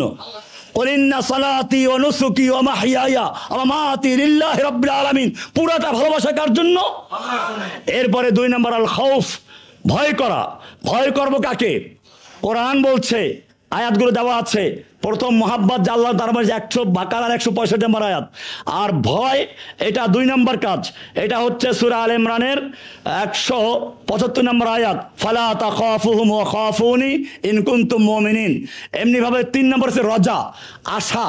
আশা করা, একদিকে ভয় করা, আরেকদিকে আশা করা। খালি ভয় করলে চলবে না, এখানে দেওয়া আছে ইবাদতকে কেবল একদিকে সীমাবদ্ধ করা যায় না, বরং তা 3টি মৌলিক স্তম্ভে পূর্ণাঙ্গ হতে হবে। যে ব্যক্তি কেবলমাত্র ভয় করে, মানে খৌফ করে, ভয় করে, শুধু ভয় করে আল্লাহকে, আল্লাহর ইবাদত করে, সে হলো হারুরি। আর যে ব্যক্তি কেবলমাত্র আশা করে, কেবল আশাই করে, ভয় নাই, সে হলো মুরজিয়া। আর যে ব্যক্তি কেবলমাত্র ভালোবাসা মহাব্বত দ্বারা ইবাদত করে, সে হলো জিন্দিক। আর কিন্তু যে ব্যক্তি একই সাথে আল মহাব্বত মানে ভালোবাসা, আল খৌফ মানে ভয় করা, এবং আল রজা মানে আশা করা, এই 3-এর সমন্বয়ে আল্লাহর ইবাদত করে সঠিক অর্থে, সেই প্রকৃত তাওহীদপন্থী হানিফ, আল মুওয়াহহিদ আল হানিফ। তাহলে এই 3টা হলো কলবের ইবাদতের মূল কাজ। খৌফ আর কি? মাহাব্বত, খৌফ আর কি? রজা, 3টা। এরপর আরো কিছু আছে কলবের কাজ, যেমন তাওয়াক্কুল করা। কোরআনে আছে ফাতাওয়াক্কালু ইন কুনতুম মুমিনিন ওয়া আলাল্লাহি ফাতাওয়াক্কালু, সূরা মায়দা 23 নম্বর আয়াত। এমনি ভাবে সূরা ইখলাস, আরেকটা ইখলাস, ইন্নামাল আমালু বিন্নিয়াত। এরকম ভাবে আল ইনাবাত, আল আনিবু ইলা রাব্বিকুম, এগুলো সবই কলবের ইবাদত। ইনাবাত, আল্লাহর দিকে রুজু করা, ফিরে আসা। as-sabr, ধৈর্য ধরা, ইন্নাল্লাহা মা'আস সাবিরিন। আর শুকুর, লা ইন শাকারতুম লা আযীদান্নাকুম, প্রত্যেকটা সূরার আয়াত দেওয়া আছে। এমনি ভাবে রিদা, যাকাতু আমাল ঈমান মান রাদিয়া বিল্লাহি রাব্বান। এরপরে খুশু, ক্বাদ আফলাহাল মুমিনুন আল্লাযীনা হুম ফি সালাতিহিম খাশিউন। এরকম ভাবে এই সবগুলো মিলে যখন একটা মানুষের কলবের মধ্যে সবগুলো জমা হয়, সেই কলবটা মূলত মুমিনের কলব হয়। এরপরে আসছে আল ইবাদাতুল কওলিয়া, কথার ইবাদত, মৌখিক ইবাদত। মৌখিক ইবাদতের মধ্যে আসে দোয়া, এরকম ভাবে ইস্তেআজা, কোরআনে আয়াত দেওয়া আছে প্রত্যেকটার সঙ্গে সঙ্গে, ইস্তেগাসা, ইস্তাস্তাগীসুনা রাব্বাকুম, এরপর আছে জিকির, তেলাওয়াত, কালিমাতুত তাইয়্যিবা, পবিত্র কথা, এরকম ভাবে এগুলো হচ্ছে ইবাদতে কি কওলিয়া। এরপরে ইবাদতে বাদানিয়া, দৈহিক ইবাদত, এগুলো হচ্ছে সালাত, এরকম জবে করা, পশু জবাই করা, এরকমভাবে তওয়াফ করা, সিয়াম পালন করা, সেজদা করা, রাস্তাতে কাটা সরানো, এগুলো হচ্ছে ইবাদতে বাদানিয়া। এরপরে হচ্ছে ইবাদতে মালিয়া, আর্থিক ইবাদত। আর্থিক ইবাদতের মধ্যে আছে যাকাত, এগুলো আপনারা 133 পৃষ্ঠা থেকে দেখবেন। যাকাত দেওয়া, তারপরে সাদাকা দেওয়া, এরপরে মান্নত করা, ওসিয়াত করা, এরকম অক্ফ করা, হেবা করা, এমনিভাবে ইতআমুত তাআম, মানুষকে খাদ্য খাওয়ানো। এ প্রত্যেকটার সঙ্গে দলিল দেওয়া আছে, কোরআনে আয়াত আছে, হাদিস আছে, সংশ্লিষ্ট বিষয়গুলো দেওয়া আছে। এগুলো ছিল কলবি, কওলি, বাদানি। এখন আমরা দেখাবো আল ইবাদাতুল মুশতারিকা, অর্থাৎ সবগুলো যৌথ। যেমন হজ, হজের মধ্যে এখানে অর্থ আছে, শ্রম আছে। হজে অর্থের ব্যয় যেমন কোরবানি করতে হয়, শ্রম যেমন তওয়াফ করা, যাত্রা করা, সাই করা, এ দুটি একত্রে পাওয়া যায়। জিহাদ ফি সাবিলিল্লাহ, এখানেও অর্থ ব্যয় হয় এবং দৈহিক পরিশ্রম হয়। ওমরা করা, এরকমভাবে আল্লাহর রাস্তায় মুজাহিদিনদেরকে তৈরি করে দেওয়া, এই বিষয়গুলোতে অর্থ ব্যয় হয়, আবার দৈহিক পরিশ্রমে ব্যয় হয়। এরকমভাবে এই যে এবাদতগুলোর মাকসাদগুলো কি কি সেগুলো দেওয়া আছে। এবাদতের মাকাসিদ, এবাদতের মালিয়ার উদ্দেশ্যটা কি, সেখানে দুইটা জিনিস দেওয়া আছে। একটা হচ্ছে এবাদতে মালিয়ার মাধ্যমে কি করা, সালাত অর্থাৎ আল্লাহর সাথে সংযোগ স্থাপন করা, আত্মার পরিশুদ্ধি করা।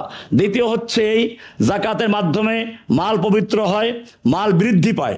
এরকম সিয়ামের মাধ্যমে তাজকিয়া হয়। এই সবগুলো দেওয়া আছে এখানে। এভাবে এই চ্যাপ্টার শেষ হলো। এখানে আপনার ইবাদতের যে বিষয়গুলো আসলো। এরপরে একটা গুরুত্বপূর্ণ অধ্যায়, এটা দেখেন 142 নম্বর পৃষ্ঠায়। এখানে বলা আছে, যারা শুরুতে বলেছিলাম যে এই যে ইবাদতে রুবুবিয়্যাত আর উলুহিয়্যাতকে পার্থক্য করা হয়, যে রুবুবিয়্যাত দ্বারা শুরু হবে রব্বুন আল্লাহ নাকি লা ইলাহা ইল্লাল্লাহ, এটা মনে রাখবেন। আল্লাহ সুবহানাহু ওয়া তাআলা শুরু করেছেন আলাস্তু বিরব্বিকুম দিয়ে, কারণ রবের পরিচয় দেওয়া।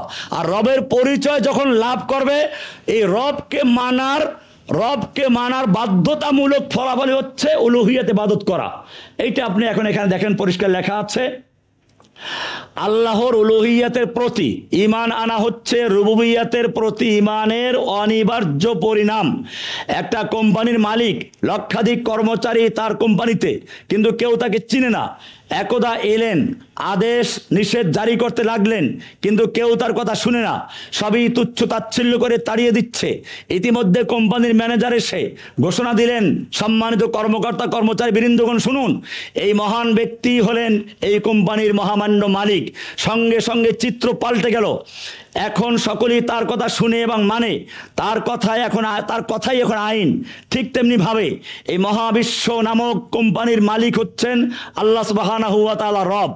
আর এই রব নামক মালিকের হুকুমই হলো বিধান, আর এই বিধান মেনে আনুগত্য করাই হচ্ছে উলুহিয়্যাত বা ইবাদত। তাই রুবুবিয়্যাত মানলে উলুহিয়্যাত আবশ্যকীয় হয়ে যায়। রুবুবিয়্যাত মানলে উলুহিয়্যাত এমনি বাধ্যতামূলক হয়ে যায়। এই উলুহিয়্যাতের মধ্যেই গন্ডগোল থাকে। এই জন্য সব নবীদেরকে আল্লাহ রাব্বুল আলামিন দাওয়াত দেওয়ার জন্য মূল বিষয় বলেছেন লা ইলাহা ইল্লাল্লাহ, ইবাদতের ক্ষেত্রে। কারণ উলুহিয়্যাত রুবুবিয়্যাতকে স্বীকার করে, উলুহিয়্যাত মানে না, তে মাথাটা নত করে চলে যাবে। সুতরাং বোঝা গেল উলুহিয়্যাত হচ্ছে রুবুবিয়্যাতের অনিবার্য ফলাফল। আমরা এটা দিয়ে শেষ করলাম। এখানে আমরা এখন যাচ্ছি আল বাবুর রাবে, 4র্থ অধ্যায়। এটা একটা গুরুত্বপূর্ণ অধ্যায়, আল্লাহর নাম ও সিফাত। এই অধ্যায়টার কারণেই ইসলামে বিভিন্ন ফেরকা তৈরি হয়েছে, গ্রুপ তৈরি হয়েছে। এই যে আপনারা শুনেন জাহমিয়া, মুরজিয়া, এরকমভাবে আশআরি, মাতুরিদি, হানাফি, দেওবন্দি, এই মানে হানাফি তো না, দেওবন্দি, বেরলভি ইত্যাদি, সালাফি। এই কারণগুলো এখানে, গন্ডগোলটা এখানে। আসমা ও সিফাত নিয়ে। কিন্তু আপনাদেরকে আমি এখানে পরিষ্কার করতে চাই, আমি জুমার সময় বলেছিলাম আমাদের কাজ হচ্ছে মানুষের মধ্যে দূরত্ব তৈরি করা নয়, বরং ইনসাফের সঙ্গে কাছাকাছি আনার চেষ্টা করা। আমি এখানে দেওবন্দি, সালাফি সব রকমের মাসলাকের ইমামদের মতামত এনেছি, তাতে আমরা প্রমাণ করব তাদের কিতাব থেকে যে এই যে ইখতিলাফগুলো এগুলো মৌলিক না। এখানে দুইটা গ্রুপ, আল্লাহর নাম এবং গুণাবলীর ক্ষেত্রে মৌলিক দুইটা অংশ। একটা হলো, প্রথমে আমরা আসব আল্লাহর সিফাত সম্পর্কে, ঠিক আছে? সিফাতকে দুইটা ভাগে ভাগ করে, কয় ভাগে? দুই ভাগে। কি কি? আসিফাতুল জাতিয়া, আসিফাতুল ফি'লিয়া। প্রথম হচ্ছে আল্লাহর সিফাত দুই ভাগে বিভক্ত। কয় ভাগে বিভক্ত? দুই ভাগে। প্রথম হচ্ছে আল্লাহর সিফাতে জাতিয়া। জাতিয়া বলতে কি আছে এখানে সংজ্ঞাটা আপনি দেখে নেবেন। আল্লাহর সিফাতে জাতিয়া মানে হচ্ছে ওই সমস্ত সিফাত যে সিফাতগুলো আল্লাহর জাতের সাথে সংশ্লিষ্ট, যা কখনো আল্লাহ থেকে বিচ্ছিন্ন হয় না, আছে, শুরুর থেকেই আছে, এটা হলো সিফাতে জাতিয়া। আর কিছু আছে সিফাতে ফি'লিয়া, আমরা সংজ্ঞাটা কিতাব থেকে দেখি। দেখুন শুরু থেকে আমরা পূর্বের আলোচনায় বলেছিলাম যে আল্লাহর প্রতি ঈমান আনা বলতে চারটি বিষয়ের প্রতি ঈমান আনাকে বোঝায়। আল্লাহর ওজুদ বা অস্তিত্বে বিশ্বাস করা, আল্লাহর রুবুবিয়্যত বিশ্বাস করা, আল্লাহর উলুহিয়ত বিশ্বাস করা। 4 নম্বর, আল্লাহর সুন্দরতম নাম ও গুণাবলীতে বিশ্বাস করা, অর্থাৎ তাওহীদ আল আসমা ওয়া সিফাত। আমরা ইতিমধ্যে প্রথম 3 ধাপের আলোচনা সংক্ষিপ্তভাবে সমাপ্ত করেছি। এখন আমরা চতুর্থ ধাপ আল্লাহর সুন্দরতম নাম ও গুণাবলীতে বিশ্বাস অর্থাৎ তাওহীদ আল আসমা ওয়া সিফাতের বিস্তারিত আলোচনা পেশ করতে যাচ্ছি ইনশাআল্লাহ। প্রথমে আছে এখানে আল্লাহর আসমা ও সিফাতের অর্থ কি। আল্লাহ তাআলার অনেকগুলো সুন্দর সুন্দর নাম ও গুণাবলী রয়েছে। এই নামগুলো অর্থ সহ বিশ্বাস করা ও তদনুযায়ী আমল করাই হচ্ছে তাওহীদ আল আসমা ওয়া সিফাতের মূল কথা। কোরআনের ইরশাদ হচ্ছে ওয়ালিল্লাহিল আসমাউল হুসনা ফাদউহু বিহা, আল্লাহর জন্য রয়েছে সুন্দরতম নাম, তোমরা সেই নামে তাকে ডাকো।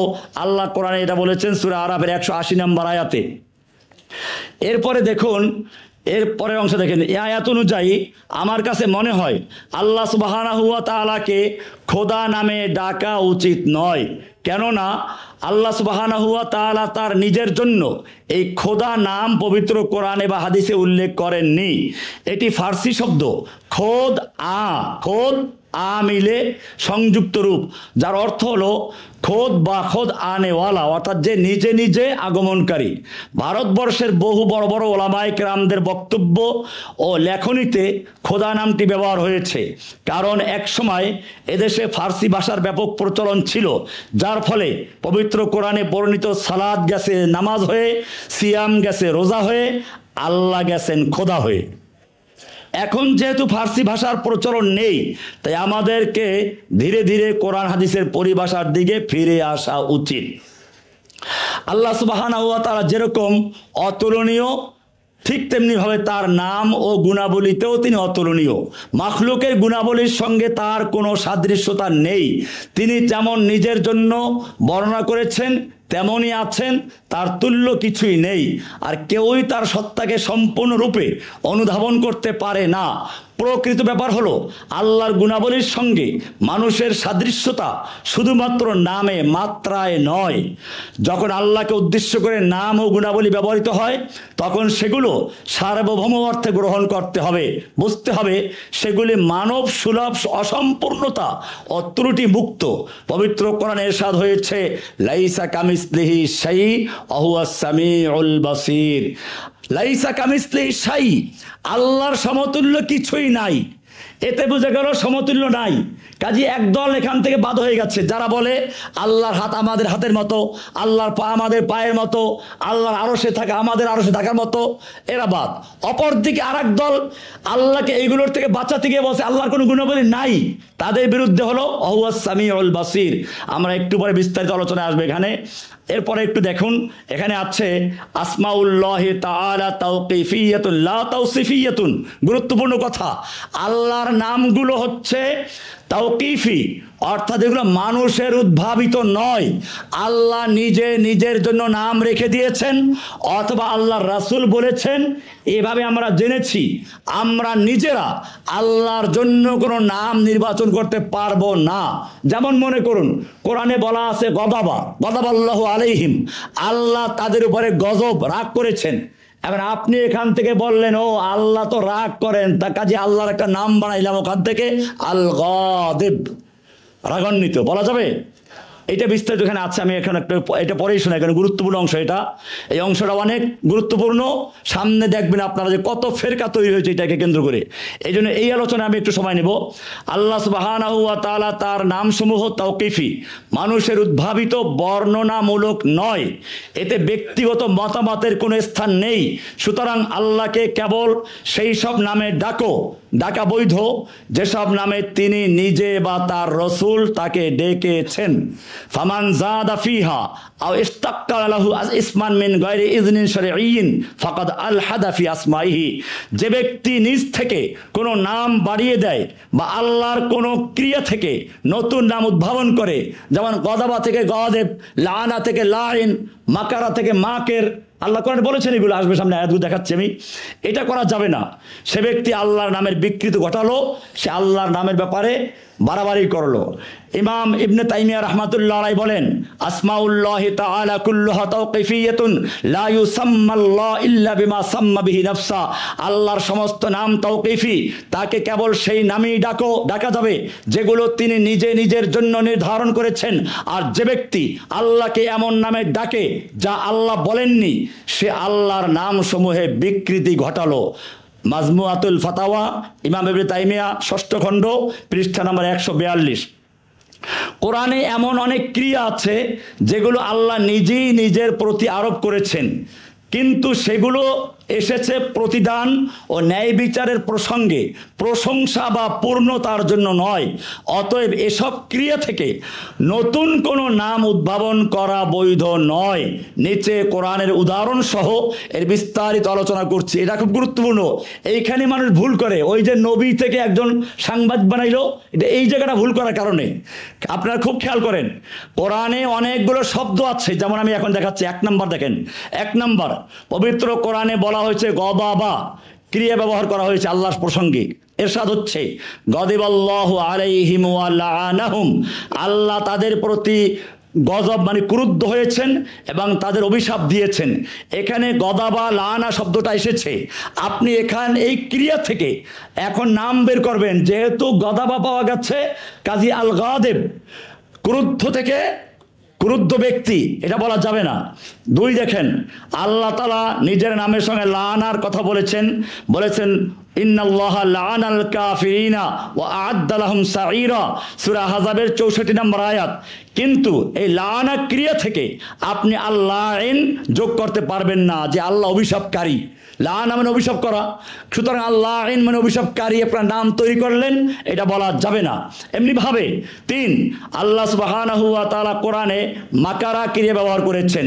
এরশাদ হচ্ছে ওয়ামাকারু ওয়ামাকারাল্লাহ আল্লাহু খায়রুল মাকিরিন, তারা ষড়যন্ত্র করেছিল আর আল্লাহও করেছিলেন, আর আল্লাহ ষড়যন্ত্রকারীদের মধ্যে শ্রেষ্ঠ। সূরা ইমরানের 54 নম্বর আয়াত, আল ইমরান, ভুল করছে, এখানে আল বাদ দিয়ে দিছে। কিন্তু এখান থেকে আপনি একটা নাম বের করবেন আল মাকের, তা বলা যাবে না। এমনি ভাবে কোরআনের সূরা বাকারার 15 নম্বরে বলা হয়েছে আল্লাহু ইস্তাহজিউ বিহিম, আল্লাহ তাদের সঙ্গে বিদ্রুপ করেন। আপনি এখান থেকে বের করলেন আল মুস্তাহজি, বিদ্রুপকারী, ঠাট্টাকারী, এটা বলা যাবে না। এমনি ভাবে কোরআনে বলা আছে ইন্নাহুম ইয়াকিদুনা কাইদা ওয়া আকিদু কাইদা, সূরা তারিকের 15 এবং 16 নম্বর আয়াত। আপনি এখান থেকে বলা আল কাইদ মানে ষড়যন্ত্রকারী, এটা বলা যাবে না। এই হলো একটা গুরুত্বপূর্ণ বিষয়, যে আল্লাহ সুবহানাহু ওয়া তাআলার নাম আল্লাহ তাআলা যা রেখেছেন বা রাসূল সাল্লাল্লাহু আলাইহি ওয়াসাল্লাম যা বলেছেন সেগুলোই উদ্ধারের জন্য তাদের ঘুমের প্রয়োজন হয়। বাইবেল ও তাওরাতের অন্য জায়গায় উল্লেখ করা হয়েছে যে মানুষ যেমন তার ভুল উপলব্ধি করে অনুতপ্ত হয়, তেমনি স্রষ্টাও তার খারাপ চিন্তার জন্য অনুতপ্ত হন, নাউজুবিল্লাহ। অনুরূপভাবে স্রষ্টা একটি আত্মা অথবা তার একটি আত্মা আছে বলে তারা দাবি করে, তাওহীদ আসমা ওয়া সিফাতকে সম্পূর্ণভাবে ধ্বংস করে দেয়। আল্লাহ ক্লান্ত হন না। এ প্রসঙ্গে আল্লাহ সুবহানাহু ওয়া তাআলা পবিত্র কোরআনে বলেছেন, ওয়ালাকাদ খালাকনাস সামাওয়াতি ওয়াল আরদা ফি সিত্তাতি আইয়ামিন ওয়া মা মাসসানা মিন লুগুব। আমি আকাশমণ্ডলীয় পৃথিবীকে 6 দিনে সৃষ্টি করেছি, আর এতে আমাদের কোনো ক্লান্তি স্পর্শ করেনি। এমনিভাবে কোরআনের সূরা বাকারার 255 নম্বর আয়াতে বলেছেন, আল্লাহু লা ইলাহা ইল্লা হুয়াল হাইয়ুল কাইয়্যুম লা তাখুযুহু সিনাতুন ওয়ালা নাওম। আল্লাহর কোনো তন্দ্রাও আসে না, ঘুমও আসে না, স্পর্শই করে না। এরকমভাবে আল্লাহ ভুলে যান না। ওমা কানা রাব্বুকা নাসিয়া, সূরা মারিয়মের 64 নম্বর আয়াত। ইমাম তাহাবী রাহমাতুল্লাহ আলাইহি স্পষ্ট করে বলেছেন, আল্লাহ অঙ্গ প্রত্যঙ্গ ও যন্ত্রপাতি থেকে মুক্ত, 6 দিনে তাকে পরিবেষ্টন করে না। এতে আল্লাহর প্রতি সব অসম্পূর্ণ গুণ আরোপ সম্পূর্ণ বাতিল হয়ে যাবে। খ্রিস্টানরা আল্লাহকে পবিত্র আত্মা বলে আখ্যায়িত করেছে, অথচ আল্লাহ কোরআনের কোথাও নিজেকে আত্মা বলে উল্লেখ করেননি, অথবা রাসূল সাল্লাল্লাহু আলাইহি ওয়াসাল্লাম হাদিসে ওই ধরনের কোনো বক্তব্য প্রদান করেননি। প্রকৃতপক্ষে আল্লাহর আত্মাকে তার সৃষ্টির একটি অংশ হিসেবে উল্লেখ করেছেন। আল্লাহ তাআলা আত্মাকে তার সৃষ্টির একটি অংশ হিসেবে উল্লেখ করেছেন। পবিত্র কোরআনে ইরশাদ হচ্ছে, ইয়াসআলুনাকা আনির রূহ কুলির রূহু মিন আমরি রাব্বি। এরপরে আপনার একটু নিচে যান। তাওহীদ আল আসমা ওয়া সিফাতের আরেকটি অর্থ হচ্ছে মাখলুকের ক্ষেত্রে এই নামগুলো ব্যবহার করতে হলে অবশ্যই আল্লাহর নামের পূর্বে আব্দ যোগ করা। আব্দ যোগ করতে হবে, গোলাম, অর্থাৎ আল্লাহর দাস বা আল্লাহর গোলাম। এটা ছাড়া আল্লাহর কোনো নামে তার সৃষ্টিকে নামকরণ করা যাবে না। পবিত্র কোরআনে বলা হয়েছে, ওয়ালাহুল মাসালুল আ'লা ফিস সামাওয়াতি ওয়াল আরদে, সূরা রুমের 27 নম্বর আয়াত। আকাশমণ্ডলীয় পৃথিবীতে সর্বোচ্চ উপমা তারই জন্য। এই কারণে আল্লাহর নামের সাথে কারো নাম রাখলে সেখানে আব্দুন যোগ করে রাখতে হবে। বিষয়টি আপনারা বিস্তারিত আরো পড়বেন ওখানে। এরপরে আমরা এখন গুরুত্বপূর্ণ একটি পয়েন্ট আমরা যাচ্ছি, এটা হলো সূরা মানে এই 154 পৃষ্ঠার শেষ দিকে দেখুন। এখানে আল্লাহ তাআলার কতগুলো বিষয় আছে। আরশে অবস্থান করা, যেটা নিয়ে গন্ডগোল শুরু। আল্লাহ ইস্তাওয়া আল আরশ বলেছেন, আল্লাহ বলেছেন ইয়াদুল্লাহি ফাওকা আইদিহিম, তাদের হাতের উপরে আল্লাহর হাত ছিল। এগুলোর কি অর্থ? এখানে বিভিন্ন ইমামদের মতামত নিয়ে আসবো। এখানে আপনারা দেখতে পাবেন যে আসলে ইমামদের মধ্যে আসলে কোনো ভেদাভেদ নেই। ইমামদের সকলের বক্তব্য কাছাকাছি একই। আমি একটু কয়েকটা পড়ে শোনাচ্ছি। ইমাম মালিক রাহমাতুল্লাহ আলাইহি বলেন, আল ইস্তিওয়াউ মা'লুম ওয়াল কাইফু মাজহুল ওয়াল ঈমানু বিহি ওয়াজিবুন ওয়াস সুআলু আনহু বিদআউন। আল্লাহ আরশের উপরে ইস্তাওয়া জানা আছে, কিরূপ স্বরূপ জানা নাই। আল্লাহ আর রহমান আলাল আরশ ইস্তাওয়া, এটা আমরা জানলাম। ইস্তাওয়া আলাল আরশ, আরশে আছেন, কেমনে আছেন জানি না। ওয়াল ঈমানু বিহি ওয়াজিবুন, ঈমান রাখা ফরজ। আসওয়ালু আনহা বিদআতুন, এ সম্পর্কে প্রশ্ন করা যাবে না। কেন যাবে না? আল্লাহ আল্লাহর মতো আছেন, আমাদের মতো না। আমাদের মতো চিন্তা করলেই প্রশ্ন আসবে, তখনই প্রশ্ন আসবে দৈর্ঘ্য কি, বেদ কি, প্রস্থ কি। আরে বাবা, এখানে মনে রাখতে হবে আল্লাহ আরশে আছেন, আল্লাহ বলেছেন, এতে কোনো সন্দেহ নেই। কেমনে আছেন তা আমরা জানি না। তা আমরা এখন যদি আমরা আমাদের মতো চিন্তা করি তখনই প্রশ্ন আসবে, আল্লাহ এর আগে কোথায় ছিলেন, তার দৈর্ঘ্য কি, প্রস্থ কি, বেদ কি, আরশটা লম্বা কতটুকু, চওড়া কতটুকু। এইসব প্রশ্ন আসবে কখন? যখন আমরা আমাদের মতো চিন্তা করব, আমরা খাটের উপরে বসি, চেয়ারে বসি, এরকম চিন্তা করলে এই প্রশ্নগুলো আসবে। ইমাম মালিক রাহমাতুল্লাহ আলাইহি তার ঐতিহাসিক বক্তব্যের মাধ্যমে এই সব প্রশ্ন উত্তর দিয়েছেন। ইমাম শাফি রাহমাতুল্লাহ আলাইহি বলেছেন, পরে পৃষ্ঠা দেখুন, আমানতু বিল্লাহি ওয়া বিমা জাআ আনিল্লাহি আলা মুরাদিল্লাহি। তাদের মধ্যে আসলে মৌলিক কোনো পার্থক্য নেই। এবারে আমরা আসবো আল্লাহর সিফাত বা গুণাবলী আছে বুঝলাম। এবারে কয় রকম? 2 রকম। কয় রকম? 2 রকম। আমরা এখন আসলাম এখানে 2 রকম আল্লাহর সিফাতগুলো। সিফাতে জাতিয়া অর্থাৎ সত্তাগত গুণাবলী, আর সিফাতে ফেলিয়া কর্মগত গুণাবলী। সিফাতে জাতিয়া কাকে বলে? আল্লাহর সঙ্গে চিরকাল অবিচ্ছেদ্য এমন নিখুঁত পরিপূর্ণভাবে গুণাবলী যেগুলো কোনো নতুন ঘটনার কারণে সৃষ্টি বা বিলুপ্ত হয় না। এবং হওয়া না হওয়া ধাঁচের ইচ্ছা নির্ভর নয়, বরং সত্তারই লাজিম। আমরা কোরআন হাদিস থেকে যেমন এসেছে তেমনই প্রতিষ্ঠা করি, তুলনা ছাড়া, তাসবিহ ছাড়া। কোনো তাসবিহ দেব না, তুলনা করব না, এমন যেমন কিরূপ স্বরূপ ছাড়া, কাইফিয়ত ছাড়া। এ সকল এবং সকল ত্রুটি থেকে আল্লাহকে পবিত্র সাব্যস্ত করি। এক্ষেত্রে আমরা আমাদের পূর্বসূরি সালাফদের অনুসরণ করি। তাদের প্রসিদ্ধ উক্তি হলো, আল্লাহর আরশে ইস্তাওয়া মালুম, যেটা আগে বলেছি, ইস্তাওয়াহু মালুম ওয়া কাইফিয়াতু মাজহুল ওয়াল ঈমানু বিহা ওয়াজিবুন ওয়াসসুআলু আনহা বিদআতুন। এরপরে বলা হচ্ছে আল্লাহর সিফাতে জাতিয়া বা সত্তাগত গুণাবলী যা আল্লাহর সত্তার সঙ্গে চিরকাল অবিচ্ছেদ্যভাবে যুক্ত আছে, কোনো ঘটনার উপর নির্ভরশীল নয়, ইচ্ছার সঙ্গে পরিবর্তনশীল নয়, চিরন্তন ও অখণ্ড। সেগুলো আহলুস সুন্নাহ ওয়াল জামার সর্বসম্মত মত অনুযায়ী 7টি। কয়টি? আল্লাহর সিফাতে জাতিয়া 7টি। সেগুলো হলো হায়াত, ইলম, কুদরত, ইরাদা, সামা, বাসার, কালাম। এগুলোর বিস্তারিত আলোচনা এখানে আছে, প্রত্যেকটার উপরে বিস্তারিত আলোচনা আছে, আপনারা দেখে নেবেন। এরপরে আমরা যাব সিফাতে ফেলিয়া। সিফাতে ফেলিয়াটা আবার 2 রকম। সিফাতে ফেলিয়াটা কিছু আছে আল্লাহর সৃষ্টি ও পরিচালনা সম্পর্কিত গুণ, আর কিছু আছে আল্লাহ তাআলা যে আমাদেরকে পুরস্কার দেন, ভালো করলে পুরস্কার দেওয়া, শাস্তি দেওয়া, এর সাথে সম্পৃক্ত। তাহলে সিফাতে জাতিয়া পাইলাম 7টা, কোনো কেউ বলছেন 8টা বলেছেন। তারা তাকভির নামে একটা বৃদ্ধি করেছেন, আমি ওটা এখানে আনি নাই, ওটা নিয়ে ইখতিলাফ আছে। আমি এখানে চেষ্টা করেছি যাতে ইখতিলাফের ঊর্ধ্বে এবং সকল মতামতকে কাছাকাছি আনা যায়।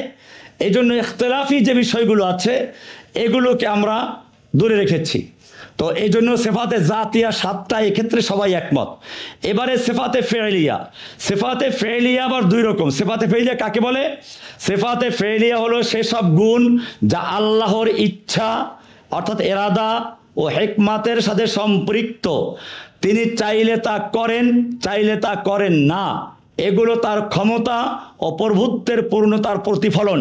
এই ধরনের গুণের প্রভাব বা ফলাফল সৃষ্টি জগতে নতুন নতুনভাবে প্রকাশ পায়, কিন্তু গুণের ধরন বা সম্ভাবনা তার সত্তায় চিরন্তনভাবে বিদ্যমান। মানে আল্লাহর মধ্যে চিরন্তন বিদ্যমান, মাখলুকের কাছে এগুলো নতুন নতুন প্রকাশ পায়। এটা 2 রকম। একটা হচ্ছে সিফাতে মুতাআল্লিকা বিআফআলি ফিল খালকি ওয়াত তাদবীর, সৃষ্টি ও পরিচালনার সাথে সম্পৃক্ত। আর দ্বিতীয় হচ্ছে সিফাত মুতাআল্লিকা বিফি'লি ফিল জাযা ওয়াল মুজাযাত, পুরস্কার ও শাস্তির সাথে সম্পৃক্ত। যেমন মনে করেন প্রথম প্রকার সৃষ্টির সাথে সম্পৃক্ত, যেমন সৃষ্টি করা, আবিষ্কার করা, রিজিক দেওয়া। এরপরে এগুলো প্রত্যেকটার সঙ্গে আয়াত দেওয়া আছে, আপনারা দেখে নেবেন বিস্তারিত। জীবন মৃত্যু দেওয়া, এরকম আরশে থাকা, আর এরকমভাবে কী করা, নাজিল হওয়া, আরশ থেকে ওই যে সবে কদরে নাজিল হন, নাজিল হওয়া, এরকমভাবে এইগুলো হচ্ছে সিফাতে মুতাআল্লিকা বিআফআলি ফিল খালকি ওয়াত তাদবীর, সৃষ্টি এবং পরিচালনার সাথে সম্পৃক্ত বিষয়। আর দ্বিতীয় প্রকার হচ্ছে সিফাত আল ফি'লিয়া ফিল জাযা ওয়াল মুজাযাত, অর্থাৎ পুরস্কার ও শাস্তি সংক্রান্ত গুণ। যেমন আল মাহাব্বাত আর রিদা, আল্লাহ তাআলা মহাব্বত করেন কাদেরকে? ইন্নাল্লাহা ইউহিব্বুত তাওয়াবিন, আল্লাহ তাআলা তওবাকারীদের ভালোবাসেন। এরকম রাগ করেন, ইয়াকযিবুল, আল্লাহ তাআলা গযিবাল্লাহু আলাইহিম, কাফের গজব নাজিল করেন, লানত করেন। এই বিষয়গুলো হচ্ছে এরকম আল্লাহ তাআলা ওই যে ইয়াস্তাহজিউ বিহিম ওয়া ইন্নাহুম ইয়াকিদুনা কাইদা ওয়া আকিদু কাইদা ওয়া মাকারু ওয়া মাকারাল্লাহ, এই জাতীয় যতগুলো সিফাত আছে এগুলো হচ্ছে শাস্তি এবং পুরস্কার সাথে সম্পৃক্ত বিষয়। এবারে আমরা যাব পরবর্তী ধাপে। এখন আসবো আমরা যেটা আগে ইঙ্গিত করেছিলাম যে আল ফিরাক ফিল ঈমান বিআসমাইল্লাহি ওয়া সিফাতিহি, আল্লাহর নাম ও গুণাবলীতে বিশ্বাস সংক্রান্ত ফেরকা সমূহ। এটাকে আমরা মৌলিকভাবে 2টা দলে ভাগ করব। একটা হচ্ছে হকপন্থী আহলুস সুন্নাহ ওয়াল জামা, আরেকটি হচ্ছে আল ফিরাকুদ দাল্লা আল বাতিলা, ভ্রান্ত ও পথভ্রষ্ট দলগুলো। তাহলে আমরা 2 ভাগে ভাগ করলাম। প্রথম ভ্রান্ত যেগুলো সেগুলোর মধ্যে আসবে জাহমিয়া, মুতাজিলা, মুশাব্বিহা, মুজাসসিমা, হুলুলিয়া, ওয়াহদাতুল উজুদ, ইত্তেহাদিয়া, কাররামিয়া, বাতিনিয়া। অপরদিকে আহলুস সুন্নাহ ওয়াল জামা বা হকপন্থী যারা, তাদের মধ্যে আসবে আকীদার ক্ষেত্রে, আসমা ওয়া সিফাতের ক্ষেত্রে হানাফিয়া, শাফিঈয়া, মালিকিয়া, হানাবেলা, আশআরিয়া, আল মুতাজিলা। আশআরি মাতুরিদি বলে মুতাজিলা, মধ্যমপন্থী লেখা দেখবেন, মধ্যমপন্থী আশআরি, মধ্যমপন্থী মাতুরিদি এবং দেওবন্দি সালাফি।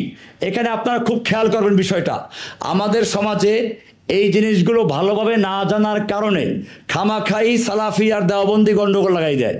আল্লাহর নামের ক্ষেত্রে, গুণাবলীর ক্ষেত্রে দেওবন্দি, সালাফি আর বর্তমান যে আরব দেশের যারা দেওবন্দের আলেম যারা, এদের মধ্যে মৌলিক কোনো পার্থক্য নাই। আমি এটা এখন দেখাচ্ছি আপনাদেরকে, প্রত্যেকটা কিতাবের থেকে নেওয়া, এখানে একেবারে মৌলিক কিতাব থেকে নাম উল্লেখ করে করে। প্রথমে ভণ্ডদের কথা আগে আমরা আলোচনা করি। ভণ্ডদের কয়েকটা গ্রুপ আছে। একটা গ্রুপ হইল যারা আল্লাহকে বাঁচাইতে গেছে, মানে আল্লাহর যদি বলে গুণ আছে, তাহলে গুণ থাকলেই তো প্রশ্ন আসে মানুষের মতো, তাহলে আল্লাহর গুণ মানুষের মতো হয়ে যায়, এই জন্য আল্লাহর কোনো গুণই নাই। একবার ওই শিয়ারা একটা অনুষ্ঠান করতেছিল, তো শিয়ারা অনুষ্ঠান করে ইমাম হুসাইন কো কিসনে কতল কিয়া, ইমাম হুসাইনকে হত্যা করলো কে? সীমার নে। তখন একটা মূর্তি নিয়ে আসে, সীমার কো লে আও, তখন একটা মূর্তি নিয়ে এসে সীমারকে মারধর করে খুব, ওটা ভেঙে চুরমার করে দেয়। এবারে সীমার কো কিসনে ভেজা, তো তখন নিয়ে আসে এজিদকে, এজিদ নে ভেজা, লাও এজিদ কো, এবনে জিয়াদ কো, তো এবনে জিয়াদকে মারধরকে ভেঙে চুরমার করে ফেলে। এরপরে নিয়ে আসে यजीद को किसने गवर्नर बनाया, तो बोले আমির মুআবিয়া ने लाओ আমির মুআবিয়া को, तो तारे मारी ने भाई बिच्छू मच को दे। এরপরে আমির মুআবিয়া को साहबी किसने बनाया, मोहम्मद सल्लल्लाहु अलैहि वसल्लम ने, लाओ मोहम्मद को, तो ताराও मारे। मोहम्मद को नबी किसने बनाया, अल्लाह ने, लाओ अल्लाह को, नाउजुबिल्लाह मिन जालिक। তো এখন ওইখানে এক সুন্নি ছিল, সে কি করবে, তাড়াতাড়ি আল্লাহকে তো অবি করবে, সে তো এটা বরদাস্ত করবে না। সে করলো কি, ওই মূর্তিটা নিয়ে ঝাঁপ দিয়ে একটা জীবনের ঝুঁকি নিয়ে মূর্তিটা নিয়ে পালাই চলে গেছে এক সুন্নির বাড়িতে। এখন ইমাম সাহেবের শ্বাস গরম, কি বাবার কারণ কি, আমি আল্লাহকে বাঁচাই নিয়ে এসছি, মানে কি আগে বলো। তো এখন দেখেন এইখানে এই কাহিনী ঘটছে।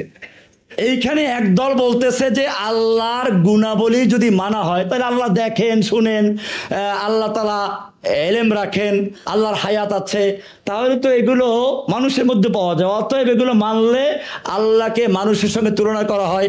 আল্লাহ বলছেন লাইসা কামিসলিহি শাই, কাজে আল্লাহর কোনো গুণ মানাই যাবে না। অথচ কোরআনে বলা আছে পরিষ্কার, সামিউন বাসিরুন, আল্লাহর গুণ না এগুলো। অপরদিকে আর এক দল বললো, হো আল্লাহর গুণ আছে, তাহলে আবার তো মানুষের মতোই, এবারে পার্থক্য কি? এরা মুজাসসিমা, দেহবাদী। আল্লাহর হাত আছে মানুষের হাতের মতো, পাও আছে মানুষের পায়ের মতো, এইগুলোর দেহবাদী। এখন আপনারা এটা পড়লে বুঝবেন, একটু আমি শোনাচ্ছি আপনাদেরকে। আল্লাহর নাম ও গুণাবলী বিষয়ক মাসআলাটি আকীদার মাসআলা সমূহের মধ্যে সবচেয়ে সূক্ষ্ম ও মারাত্মক ঝুঁকিপূর্ণ, কারণ এগুলো আল্লাহর নাম ও গুণাবলীর সাথে সম্পৃক্ত, যাতে লিপ্ত হয়ে মুসলিমদের অনেক দল এবং বড় বড় একটি অংশ বিভ্রান্ত হয়েছে।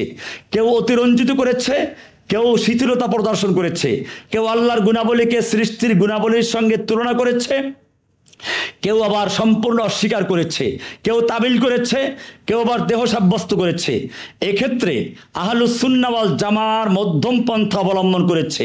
তারা আল্লাহর গুণাবলী কোনো প্রকার অস্বীকার কিংবা তুলনা করা ছাড়া, অস্বীকারও না, তুলনা করাও না, তুলনা করা ছাড়া আল্লাহ যেভাবে যেটা নিজের জন্য সাব্যস্ত করেছেন সেটা সেভাবেই সাব্যস্ত করেছেন। আমরা এখন এ বিষয়ে বিভিন্ন মাযহাব ও বিভিন্ন ফেরকার বিস্তারিত আলোচনা পেশ করছি। এ সংক্রান্ত ফেরকা ও দলগুলোকে প্রথমত দুই ভাগে ভাগ করা যায়। এক, আল ফিরাকুদ্দাল্লাহ ফি আসমাইল্লাহি ওয়া সিফাতিহি, আল্লাহর নাম ও গুণাবলীর ক্ষেত্রে পথভ্রষ্ট দলসমূহ। এক নম্বর আল জাহমিয়া। জাহমিয়া কারা? এরা জাহাম ইবনে সাফওয়ানের অনুসারী, যারা আল্লাহর সমস্ত গুণাবলীকে অস্বীকার করেছে এবং বলেছে আল্লাহর শুধু অস্তিত্ব আছে, কোনো গুণ নাই। তাদের দাবি হলো আল্লাহর গুণ প্রমাণ করলে আল্লাহর সাথে সৃষ্টির গুণাবলীকে তুলনা করা হয়ে যায়। তাই তারা আল্লাহর এলেম, আল্লাহর কুদরত, আল্লাহর এরাদা, আল্লাহর সামা, আল্লাহর বাসার, আল্লাহর কালাম, এই সবগুলো অস্বীকার করেছে। এদের সম্পর্কে ইমাম আহমদ হাম্বল রহমতুল্লাহ বলেছেন, ক্বাল আল ইমাম আহমদ রাহিমাহুল্লাহ তাআলা, মান ক্বালা ইন্নাল্লাহা লা ইউরা ফিল আখিরা ফাকাদ কাফারা ওয়া মান আনকারা সিফাতিল্লাহি ফাহুয়া জাহমিয়ুন। অর্থাৎ যে বলে আখিরাতে আল্লাহকে দেখা যাবে না সে কাফের, আর যে আল্লাহর গুণাবলী অস্বীকার করে সে জাহমিয়া। মুতাজিলা আরেকটা গ্রুপ, এরা হলো এরকম অনেকগুলো ফেরকা আছে, আপনারা দেখে নেবেন। আমি আসলে শেষের যে মৌলিক আলোচনাটা আছে, গুরুত্বপূর্ণ আলোচনা, এখানে হুলুলিয়াতের আকীদা আছে, কাররামিয়া মুজাসসিমা আছে, আপনারা দেখে নেবেন যে মুজাসসিমাটা পরে দেখেন একটু। এই মুজাসসিমা এটা আছে 173 নম্বর পৃষ্ঠায়। এখানে বলা আছে, তারা বলে আল্লাহর দেহ আছে, সীমা আছে, দিক আছে এবং তিনি আরশে সত্যিকারভাবে বসেন। এটি ইসলামী সকল দলের মতে সর্বসম্মতভাবে বাতিল। পবিত্র কোরআনে বলা হয়েছে লাইসা কামিসলিহি শাই। এরপরে হুলুলিয়াতের আকীদা। হুলুল মানে হচ্ছে আল্লাহ বান্দার মধ্যে ঢুকে যায়, এটা একটা মারাত্মক আকীদা। আপনারা দেখেন এখানে হুলুল শব্দের অর্থ হচ্ছে প্রবেশ করা বা অবতরণ করা, আর শরীয়তের পরিভাষায় এর অর্থ আল্লাহ তাআলা সৃষ্টির মধ্যে প্রবেশ করেন বা অবস্থান করেন। এমন ধারণা সমস্ত মুসলিম আলেমদের মতে কুফরি ও বাতিল। ইত্তেহাদ অর্থ স্রষ্টা ও সৃষ্টি আলাদা নয়, বরং একই সত্তা। এই মতবাদকেই বলা হয় ওয়াহদাতুল উজুদ। এটি হুলুলের চেয়েও ভয়াবহ কুফর ও জিন্দিক আকীদা। হুলুল হচ্ছে অনুপ্রবেশ করা, আর ওয়াহদাতুল উজুদ হচ্ছে একাকার হয়ে যাওয়া। অর্থাৎ একটা হচ্ছে আল্লাহ বান্দার মধ্যে ঢুকে পড়া, যেমন ওই যে মুসা আলাইহিস সালামের সময় গরুর বাছুরের মধ্যে আল্লাহ ঢুকে গেছে, এই আকীদা প্রকাশ করেছিল। এটা হুলুলের আকীদা, এটা সেই ইহুদিদের থেকে আসছে যারা মুসা আলাইহিস সালামের সময় সামেরীর অনুসারী ছিল। আর একটা হচ্ছে ইত্তেহাদ, মানে আল্লাহ আর বান্দা একাকার হয়ে যাওয়া। এটা এরকম যেমন চিনির সঙ্গে পানি মিলাইলে পরে একাকার হয়ে যায়। এটা ছিল মনসুর হাল্লাজ নামে এক ব্যক্তি, তার আকীদা। এটা আপনারা দেখবেন এখানে লেখা আছে বিস্তারিত, তার জীবনে লেখা আছে। পরের পৃষ্ঠা দেখুন, তার একটু আকীদা লেখা আছে। এখানে বলা আছে, আনা মান আহওয়া ওয়ামান আহওয়া আনা নাহনু রুহানে হালালনা বাদানা। আমি সেই যাকে আমি ভালোবাসি, আর যাকে আমি ভালোবাসি সে আমি। অর্থাৎ আমি যাকে ভালোবাসি মানে আল্লাহ, সে আর আমাকে যে ভালোবাসে মানে আমি, একই জিনিস। এখানে পরে তার আরো অনেক কবিতা আছে, ফাইদা আবসারতানি আবসারতাহু ওয়াইদা আবসারতাহু আবসারতানা। তুমি যখন তাকে দেখবে তো আমাকেই দেখবে, আমাকে দেখলে তাকেই দেখা হয়ে যাবে। এটা মূলত হিন্দুদের আকীদা। এরপরে দেখেন কি লেখছে সে, মাজাস্তা রুহাকা ফি রুহি কামা তামজুজুল খামরাতা বিল মাইজ জুলাল। তুমি তোমার আত্মাকে আমার আত্মার সঙ্গে এমনভাবে মিশিয়ে দিয়েছ যেমন বিশুদ্ধ পানিতে মদ মিশে যায়। তোমরা কিছু স্পর্শ করলে আমিও স্পর্শিত হই, তুমি আর আমি এক হয়ে গেছি সব অবস্থায়। এরকম অনেকগুলো আকীদা আছে। এখানে আরেকটা আকীদা আছে, আমি আমার হৃদয়ের চোখে আমার রবকে দেখলাম, আমি বললাম তুমি কে, তিনি বললেন তুমি আমি। তো এই সমস্ত আকীদাগুলো, এগুলো হাল্লাজি আকীদা। এখন প্রশ্ন হচ্ছে এইটা দেওবন্দি ওলামাদের আকীদা কিনা। অনেকেই বলে যে ওলামাদের দেওবন্দি আকীদা এরকমই। আমি এটা দেখেন পরের পৃষ্ঠা দেখেন 182 নম্বর পৃষ্ঠা। এখানে আছে, দক্ষিণ এশিয়ার ইসলামী জগতে দেওবন্দ নামটি একটি বিশাল শিক্ষা আন্দোলনের পরিচয়। কিছু অজ্ঞ মানুষ তাদের উপর ইত্তেহাদ ও হুলুলের অভিযোগ আরোপ করে, কিন্তু বাস্তবে দেওবন্দের আকীদা সম্পূর্ণ বিপরীত। তারা আল্লাহ তাআলাকে সৃষ্টির গুণ থেকে, স্থান ও দিক থেকে পূর্ণ পবিত্র মুক্ত মনে করে। কিন্তু আহলুস সুন্নাহ ওয়াল জামাত দেওবন্দি আলেমগণ ঘোষণা করেছেন হুলুল ইত্তেহাদ বাতিল মতবাদ। আল্লাহ তাআলা চিরকাল খালেক আর সৃষ্টি চিরকাল মাখলুক। আল্লাহ কোনো সৃষ্টির মধ্যে প্রবেশ করেন না, আর কোনো সৃষ্টি আল্লাহর সাথে একত্রিত হয় না। ইমাম রব্বানী আহমদ সিরহিন্দি দেওবন্দিরা যাকে অনুসরণ করেন, তিনি বলেছেন, আল আব্দু আব্দুন আবাদান আর রব্বু রব্বুন সারমাদান। বান্দা চিরকাল বান্দাই আর রব চিরকাল রবি। অতএব স্পষ্ট হলো দেওবন্দি আলেমগণ সব ধরনের বাতিল কবর পূজারী ও বেরেলভী মতবাদ থেকে সম্পূর্ণ মুক্ত। এরপরে আমরা এখানে দেওবন্দীদের অনেক বড় বড় কিতাবের হাওয়ালা দিয়েছি। দেওবন্দের মূল আকীদা বর্ণিত হয়েছে মাওলানা খলিল আহমদ সাহারানপুরি রহমাতুল্লাহ আলাইহি রচিত বিখ্যাত গ্রন্থ আল মুহান্নাদ আলাল মুফান্নাদ।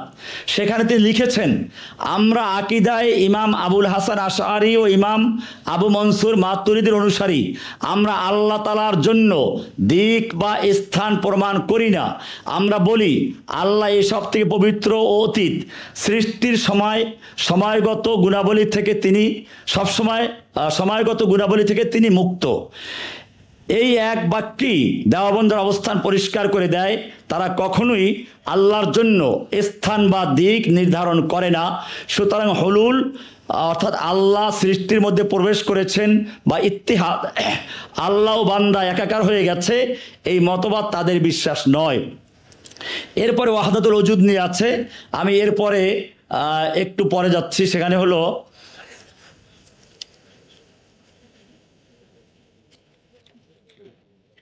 আল্লাহর আসমা এবং সিফাত নিয়ে, আল্লাহর গুণাবলী নিয়ে যে নামগুলো মানে বিভিন্ন আকীদা, সেই ক্ষেত্রে আমরা একটু পরে যাচ্ছি। আপনারা একটু 191 পৃষ্ঠা যান, ওখান থেকে শুরু করেন। 191 পৃষ্ঠা বলা আছে ইমাম মালিক রাহমাতুল্লাহ মতামতটা এখানে প্রথম নিয়ে আসছি, কারণ এইটা মূল আকীদা। এইটাকে কেন্দ্র করেই পরবর্তী সব ইমামরাই একই বক্তব্য দিয়েছেন। ইমাম মালিক রাহমাতুল্লাহ বলেছেন, আর রহমান আলাল আরশি ইস্তাওয়া, আল ইস্তিওয়াউ মালুম ওয়াল কাইফু মাজহুল ওয়াল ঈমানু বিহি ওয়াজিবুন ওয়াস সুআলু আনহু বিদআতুন। অর্থাৎ পরম দয়াময় আল্লাহ আরশের উপরে প্রতিষ্ঠিত হয়েছেন।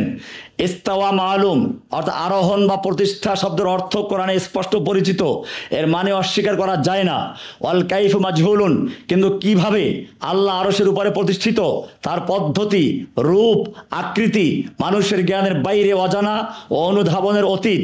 ওয়াল ঈমানু বিহি ওয়াজিবুন, এই ব্যাপারে ঈমান করা প্রত্যেক মুমিনের উপরে ফরজ, কারণ এটি আল্লাহর কিতাবে এসেছে এবং রাসূলের সাক্ষ্য দিয়েছেন। ওয়াসওয়ালু আনহু বিদআতুন, এর কেমন সম্পর্কে খুঁটিনাটি প্রশ্ন করা, কিরূপ স্বরূপ জানার খুঁটিনাটি প্রশ্ন করা ও তর্ক করা বিদআত, কারণ আল্লাহর সত্তা মানবীয় যুক্তির ঊর্ধ্বে। পরিশেষে ইমাম মালিকের এই বাণী ইসলামী আকীদার এক অমর দিক নির্দেশনা। তিনি যেন সমগ্র মানব জাতিকে শিক্ষা দিয়েছেন যে আল্লাহর গুণাবলীতে বিশ্বাস রাখতে হবে, কিন্তু কল্পনা করা যাবে না। তিনি রয়েছেন তার মহিমায়, আমরা বিশ্বাস করি, কিন্তু কেমন তা জানি না।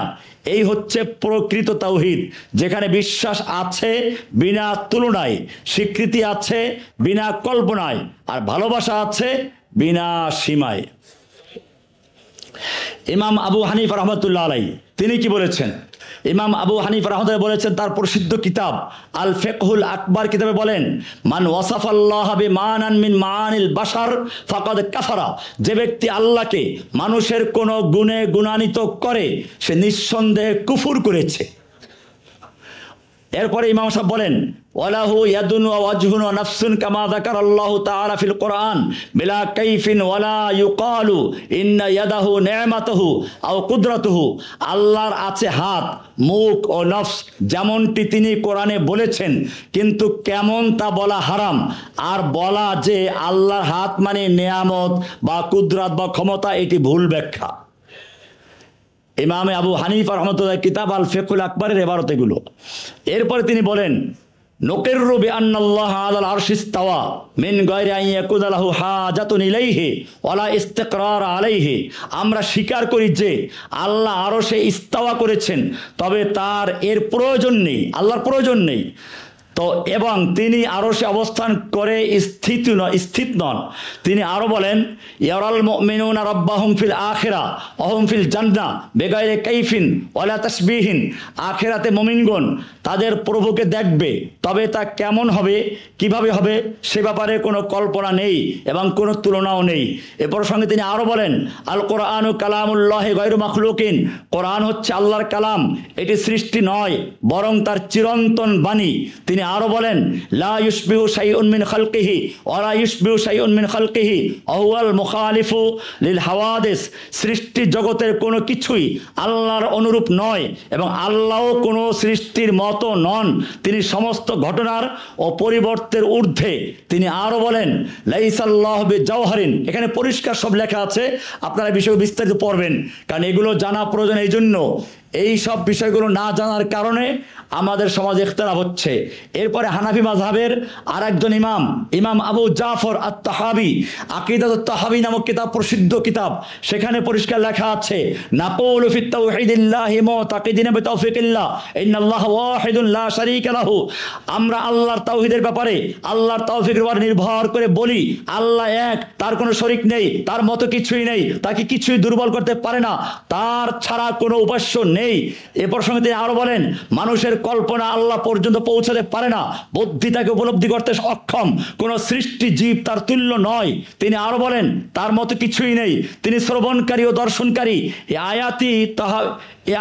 আয়াতি তাহাবি আকিদার কেন্দ্রবিন্দু। লাইসা কামিসলি শাই, আয়াতটা যেখানে গুণাবলী প্রমাণিত কিন্তু তুলনা নেই, তানজি আছে, অস্বীকার নেই। এইভাবে ইমাম তাহাবী রহমাতুল্লাহ আলাইহি বিস্তারিত আলোচনা করেছেন, আপনারা পুরোটা পড়বেন।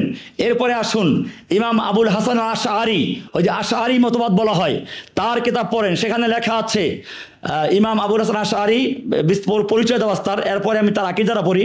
আমরা আল্লাহর গুণাবলী কোরআন ও হাদিসে যেভাবে বর্ণিত হয়েছে সেভাবেই স্বীকার করি, কেমন তা নির্ধারণ করি না, তুলনা করি না, বরং যেভাবে আল্লাহ চেয়েছেন সেভাবেই তাতে ঈমান রাখি। এটা ওনার লেখা কিতাব আল ইবানা আন উসুলিদ দিয়ানা, পৃষ্ঠা নাম্বার 10, এখানে আছে, আপনার মিলিয়ে দেখবেন। এরপরে ওনার বিস্তারিত আগে পড়বেন। এরপরে আসুন ইমাম আবু মনসুর আল মাতুরিদি, মাতুরিদি আকীদা বলা হয়, এখানে তিনিও বলেছেন, তার লেখাগুলো সবই একই আছে, একই লেখা। এরপরে আপনি আসুন আরও সামনে চলুন। এরপরে আসুন ইমাম নাজমুদ্দিন নাসাফি, দেওবন্দি মাদ্রাসায় যার কিতাব পড়ানো হয় আকীদাতুন নাসাফিয়া, তার আকীদা লেখা আছে, একই কথা আগে যেগুলো বলেছি। এরপরে আপনি দেখবেন এখানে আছে দেওবন্দের সবচেয়ে বড় বড় আলেমদের কথা, মোহাম্মদ কাসেম আন-নানাতুবি রহমাতুল্লাহ আলাইহি, বানিয়ে দেওবন্দ, দেওবন্দের যিনি প্রতিষ্ঠাতা, তিনি বলেছেন আল্লাহর গুণাবলী চিরন্তন ও আজালি, সৃষ্টির গুণাবলীর সঙ্গে কোনো মিল নাই। যে ব্যক্তি আল্লাহর গুণকে সৃষ্টির গুণের সঙ্গে তুলনা করে সে মূর্খ, আর যে অস্বীকার করে সে কাফের। আল মাকতুবাত আনিল ইমাম নানাতুবি, এরপরে রশিদ আহমদ গঙ্গোহী, এরপরে খলিল আহমদ সাহারানপুরি, এরপরে আশরাফ আলী থানভী, এরপরে একেবারে হোসাইন আহমদ মাদানী, আনোয়ার শাহ কাশ্মীরি, বা এরপরে সর্বশেষ আল্লামা তকি উসমানী রহমাতুল্লাহ পর্যন্ত নিয়ে আসছি, সবার মতামত এখানে আছে। সর্বশেষ আপনারা 205 নম্বর পৃষ্ঠায় তকি উসমানী সাহেবটা পড়েন একটু, উনি আসতেছেন বাংলাদেশে এই আগামী 15ই নভেম্বর সোহরাওয়ার্দী উদ্যানে বড় একটা সম্মেলন হবে, খতমে নবুওয়াত, যেটা ওই যে আমাদের আলম সাহেব বলে গেলেন। ইনশাল্লাহ আমরাও থাকবো, সবাই ইনশাল্লাহ থাকবেন ইনশাল্লাহ। কারণ খতমে নবুওয়াত একটা সবার সম্মতিক্রমে, কাজে সেখানে আমরা থাকবো এবং ভরপুর সহযোগিতা করবো ইনশাল্লাহ। তো আমি ওনার মতামতটা বলে দেখেন, দেওবন্দি আমাদের এখন সর্বশেষ যিনি সবচেয়ে বড় মুরব্বী, তিনি লেখেন, আল্লামা তকি উসমানী, মুফতি তকি উসমানী হাফিজাহুল্লাহ বলেন, আল্লাহ সুবহানাহু ওয়া তাআলা নিজের জন্য যে সকল নাম ও গুণ সাব্যস্ত করেছেন এবং তার রসুল আল্লাহর জন্য যেসব গুণ সাব্যস্ত করেছেন আমরা সেগুলোতে ঈমান আনবো। এ সকল গুণ সম্পর্কে 4টি নীতি তিনি স্পষ্টভাবে উল্লেখ করেছেন। কয়টি নীতি? তকি উসমানী সাহেব বলেছেন, 1 নম্বর তাহরিফ, অর্থাৎ বিকৃত করা যাবে না, আল্লাহর নামে কোনো বিকৃত করা যাবে না। 2 নম্বর তাতিল, অস্বীকার করা যাবে না। 3 নম্বর তামসিল, তুলনা করা যাবে না। 4 নম্বর তাকইফ, কেমন কিরূপ স্বরূপ এগুলো নির্ধারণ করা যাবে না।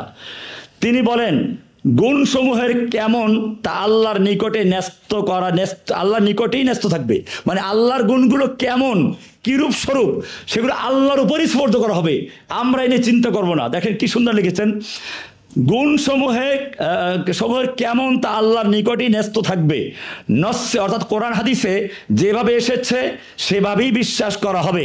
তবে যদি কোনো শক্তিশালী শারঈ ও ভাষাগত প্রমাণ পাওয়া যায় যা অন্য অর্থ দাবি করে তখন তাবিল উপযুক্ত ব্যাখ্যা করা যেতে পারে, কিন্তু প্রমাণ না থাকলে নিরাপদ পথ হলো তাফবিজ অর্থাৎ প্রকৃত বাস্তবতা আল্লাহর নিকট সমর্পণ করা। এটা ওনার কিতাব তাকমিলা ফাতহুল মুলহিম, মুসলিম শরীফের আরবি সরা ফাতহুল মুলহিম।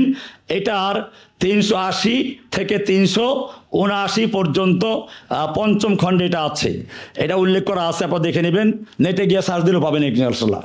এরপরে আসুন এবারে আমরা আসবো সালাফি আলেমদেরকে। এক্ষেত্রে আমি বলবো আপনাদের যারা সালাফি যারা, তাদের যেমন হানাফিদের আকীদা জানা প্রয়োজন, হানাফিদেরকেও বলবো সালাফিদের আকীদা জানা প্রয়োজন।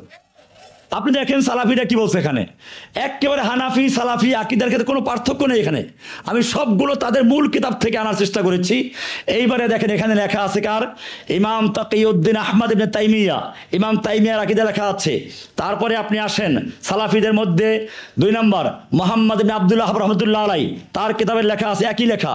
এরপরে আসেন আব্দুল আজিজ বিন আব্দুল্লাহ বিন বাজ রহমতুল্লাহ আলাইহি। এরপরে আসুন মুহাম্মদ বিন সালেহ আল ওসাইমিন। এরপরে আছে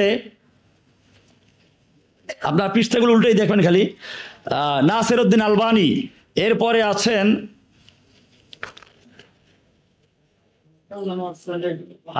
সালেহ ইবনে ফাওজান আল ফাওজান, যিনি এখন সৌদি আরবের ওই যে গ্র্যান্ড মুফতি, এই যে কয়েকদিন আগে যে হয়েছেন, ওনার লেখা আছে এখানে।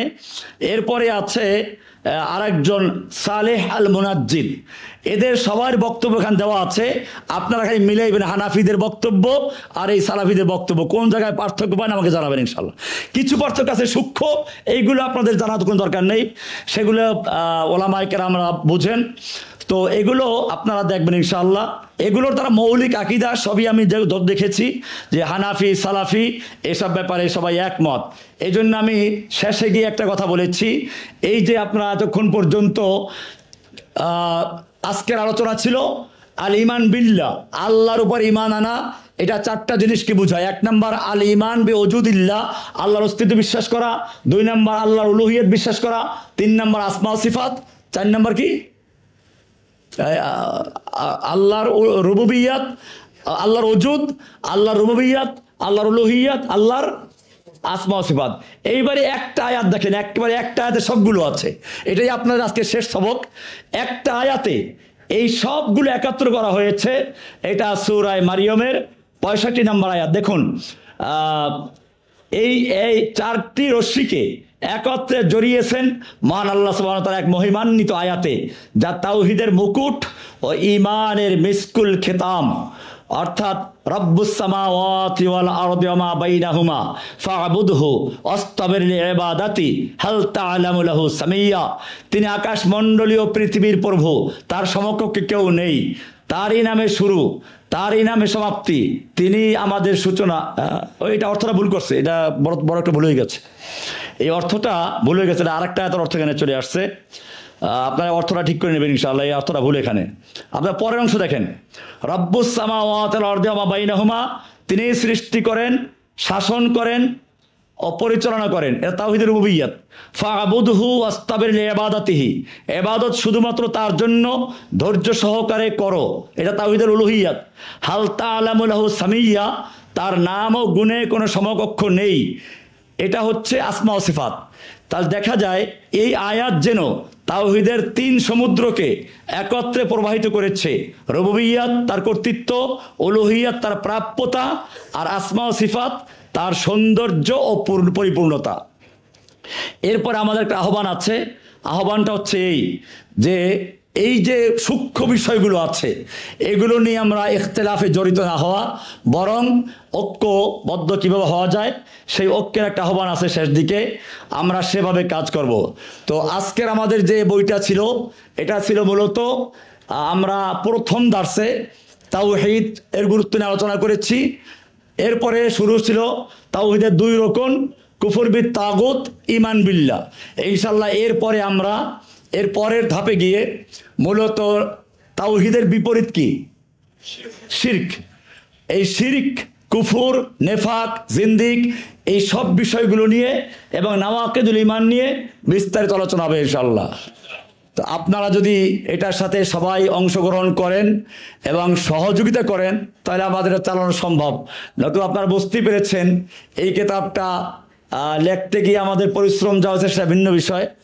এরপরে আপনার এটাকে ছাপানো, এটার পিছনে বিশাল এক খরচ আছে।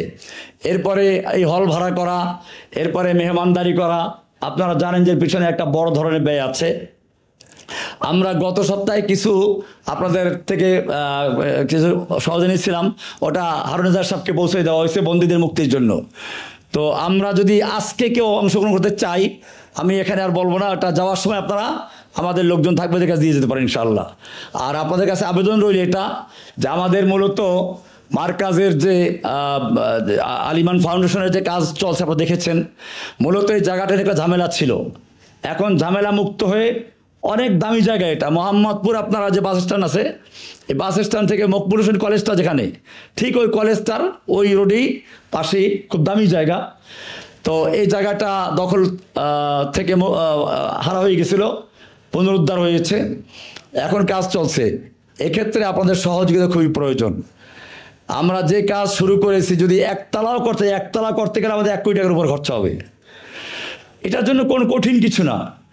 1 কোটি টাকার জন্য আমার লোক দরকার 100। কতজন লোক? 1 লাখ করে দিলে কয়জন লোক লাগে?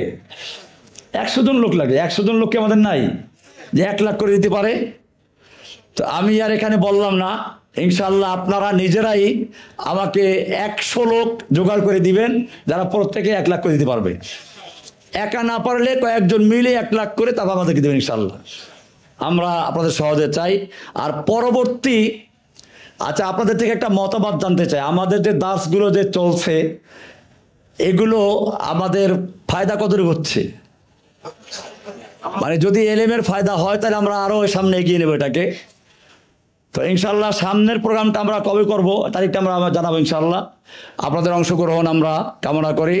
আর রেজিস্ট্রেশনটা আগে করলে আমার একটা অনুমান থাকে, যেমন আজকে আসলে আমাদের অনুমানটা, কারণ ভর্তি হয়েছিল কতজন, রেজিস্ট্রেশন করা ছিল বোধহয় 1000 খানিক, 1100 মতো না? ও, তাহলে শেষ দিকে বেড়ে গেছে। তো একটু আগের থেকে যদি এটা প্রস্তুতি নেওয়া হয় তা ভালো হয়, কারণ শেষ দিকে এসে করলে তখন দেখা যায় আমাদের আয়োজনটা আগেই হয়ে যায়, তখন একটু হিমশিম খেতে হয় আর কি। অ্যাকাউন্ট নাম্বারগুলো আপনারা আমাদের ওয়েবসাইটে পেয়ে যাবেন। এই অ্যাকাউন্ট নাম্বার কি দেখান যাবে একটু?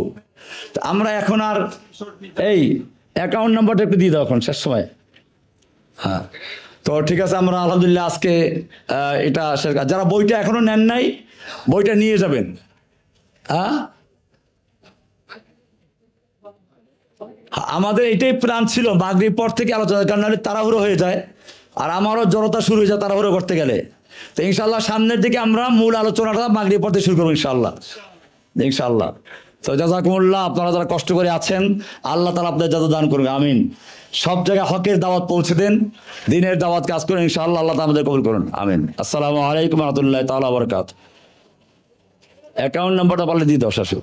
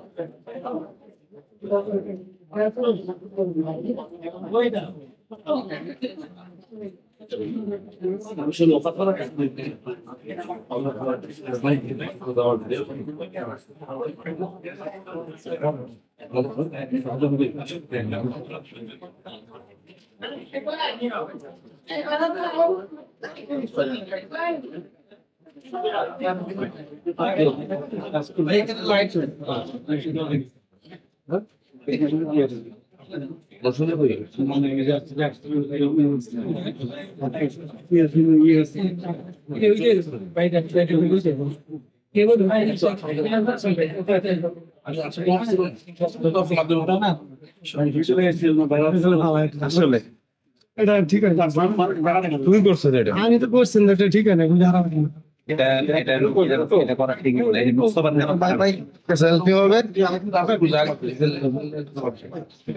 সমস্যা না তোলেন।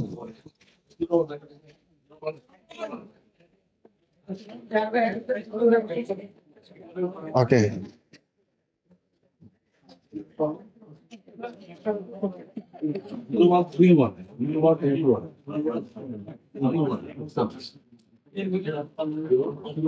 সামনে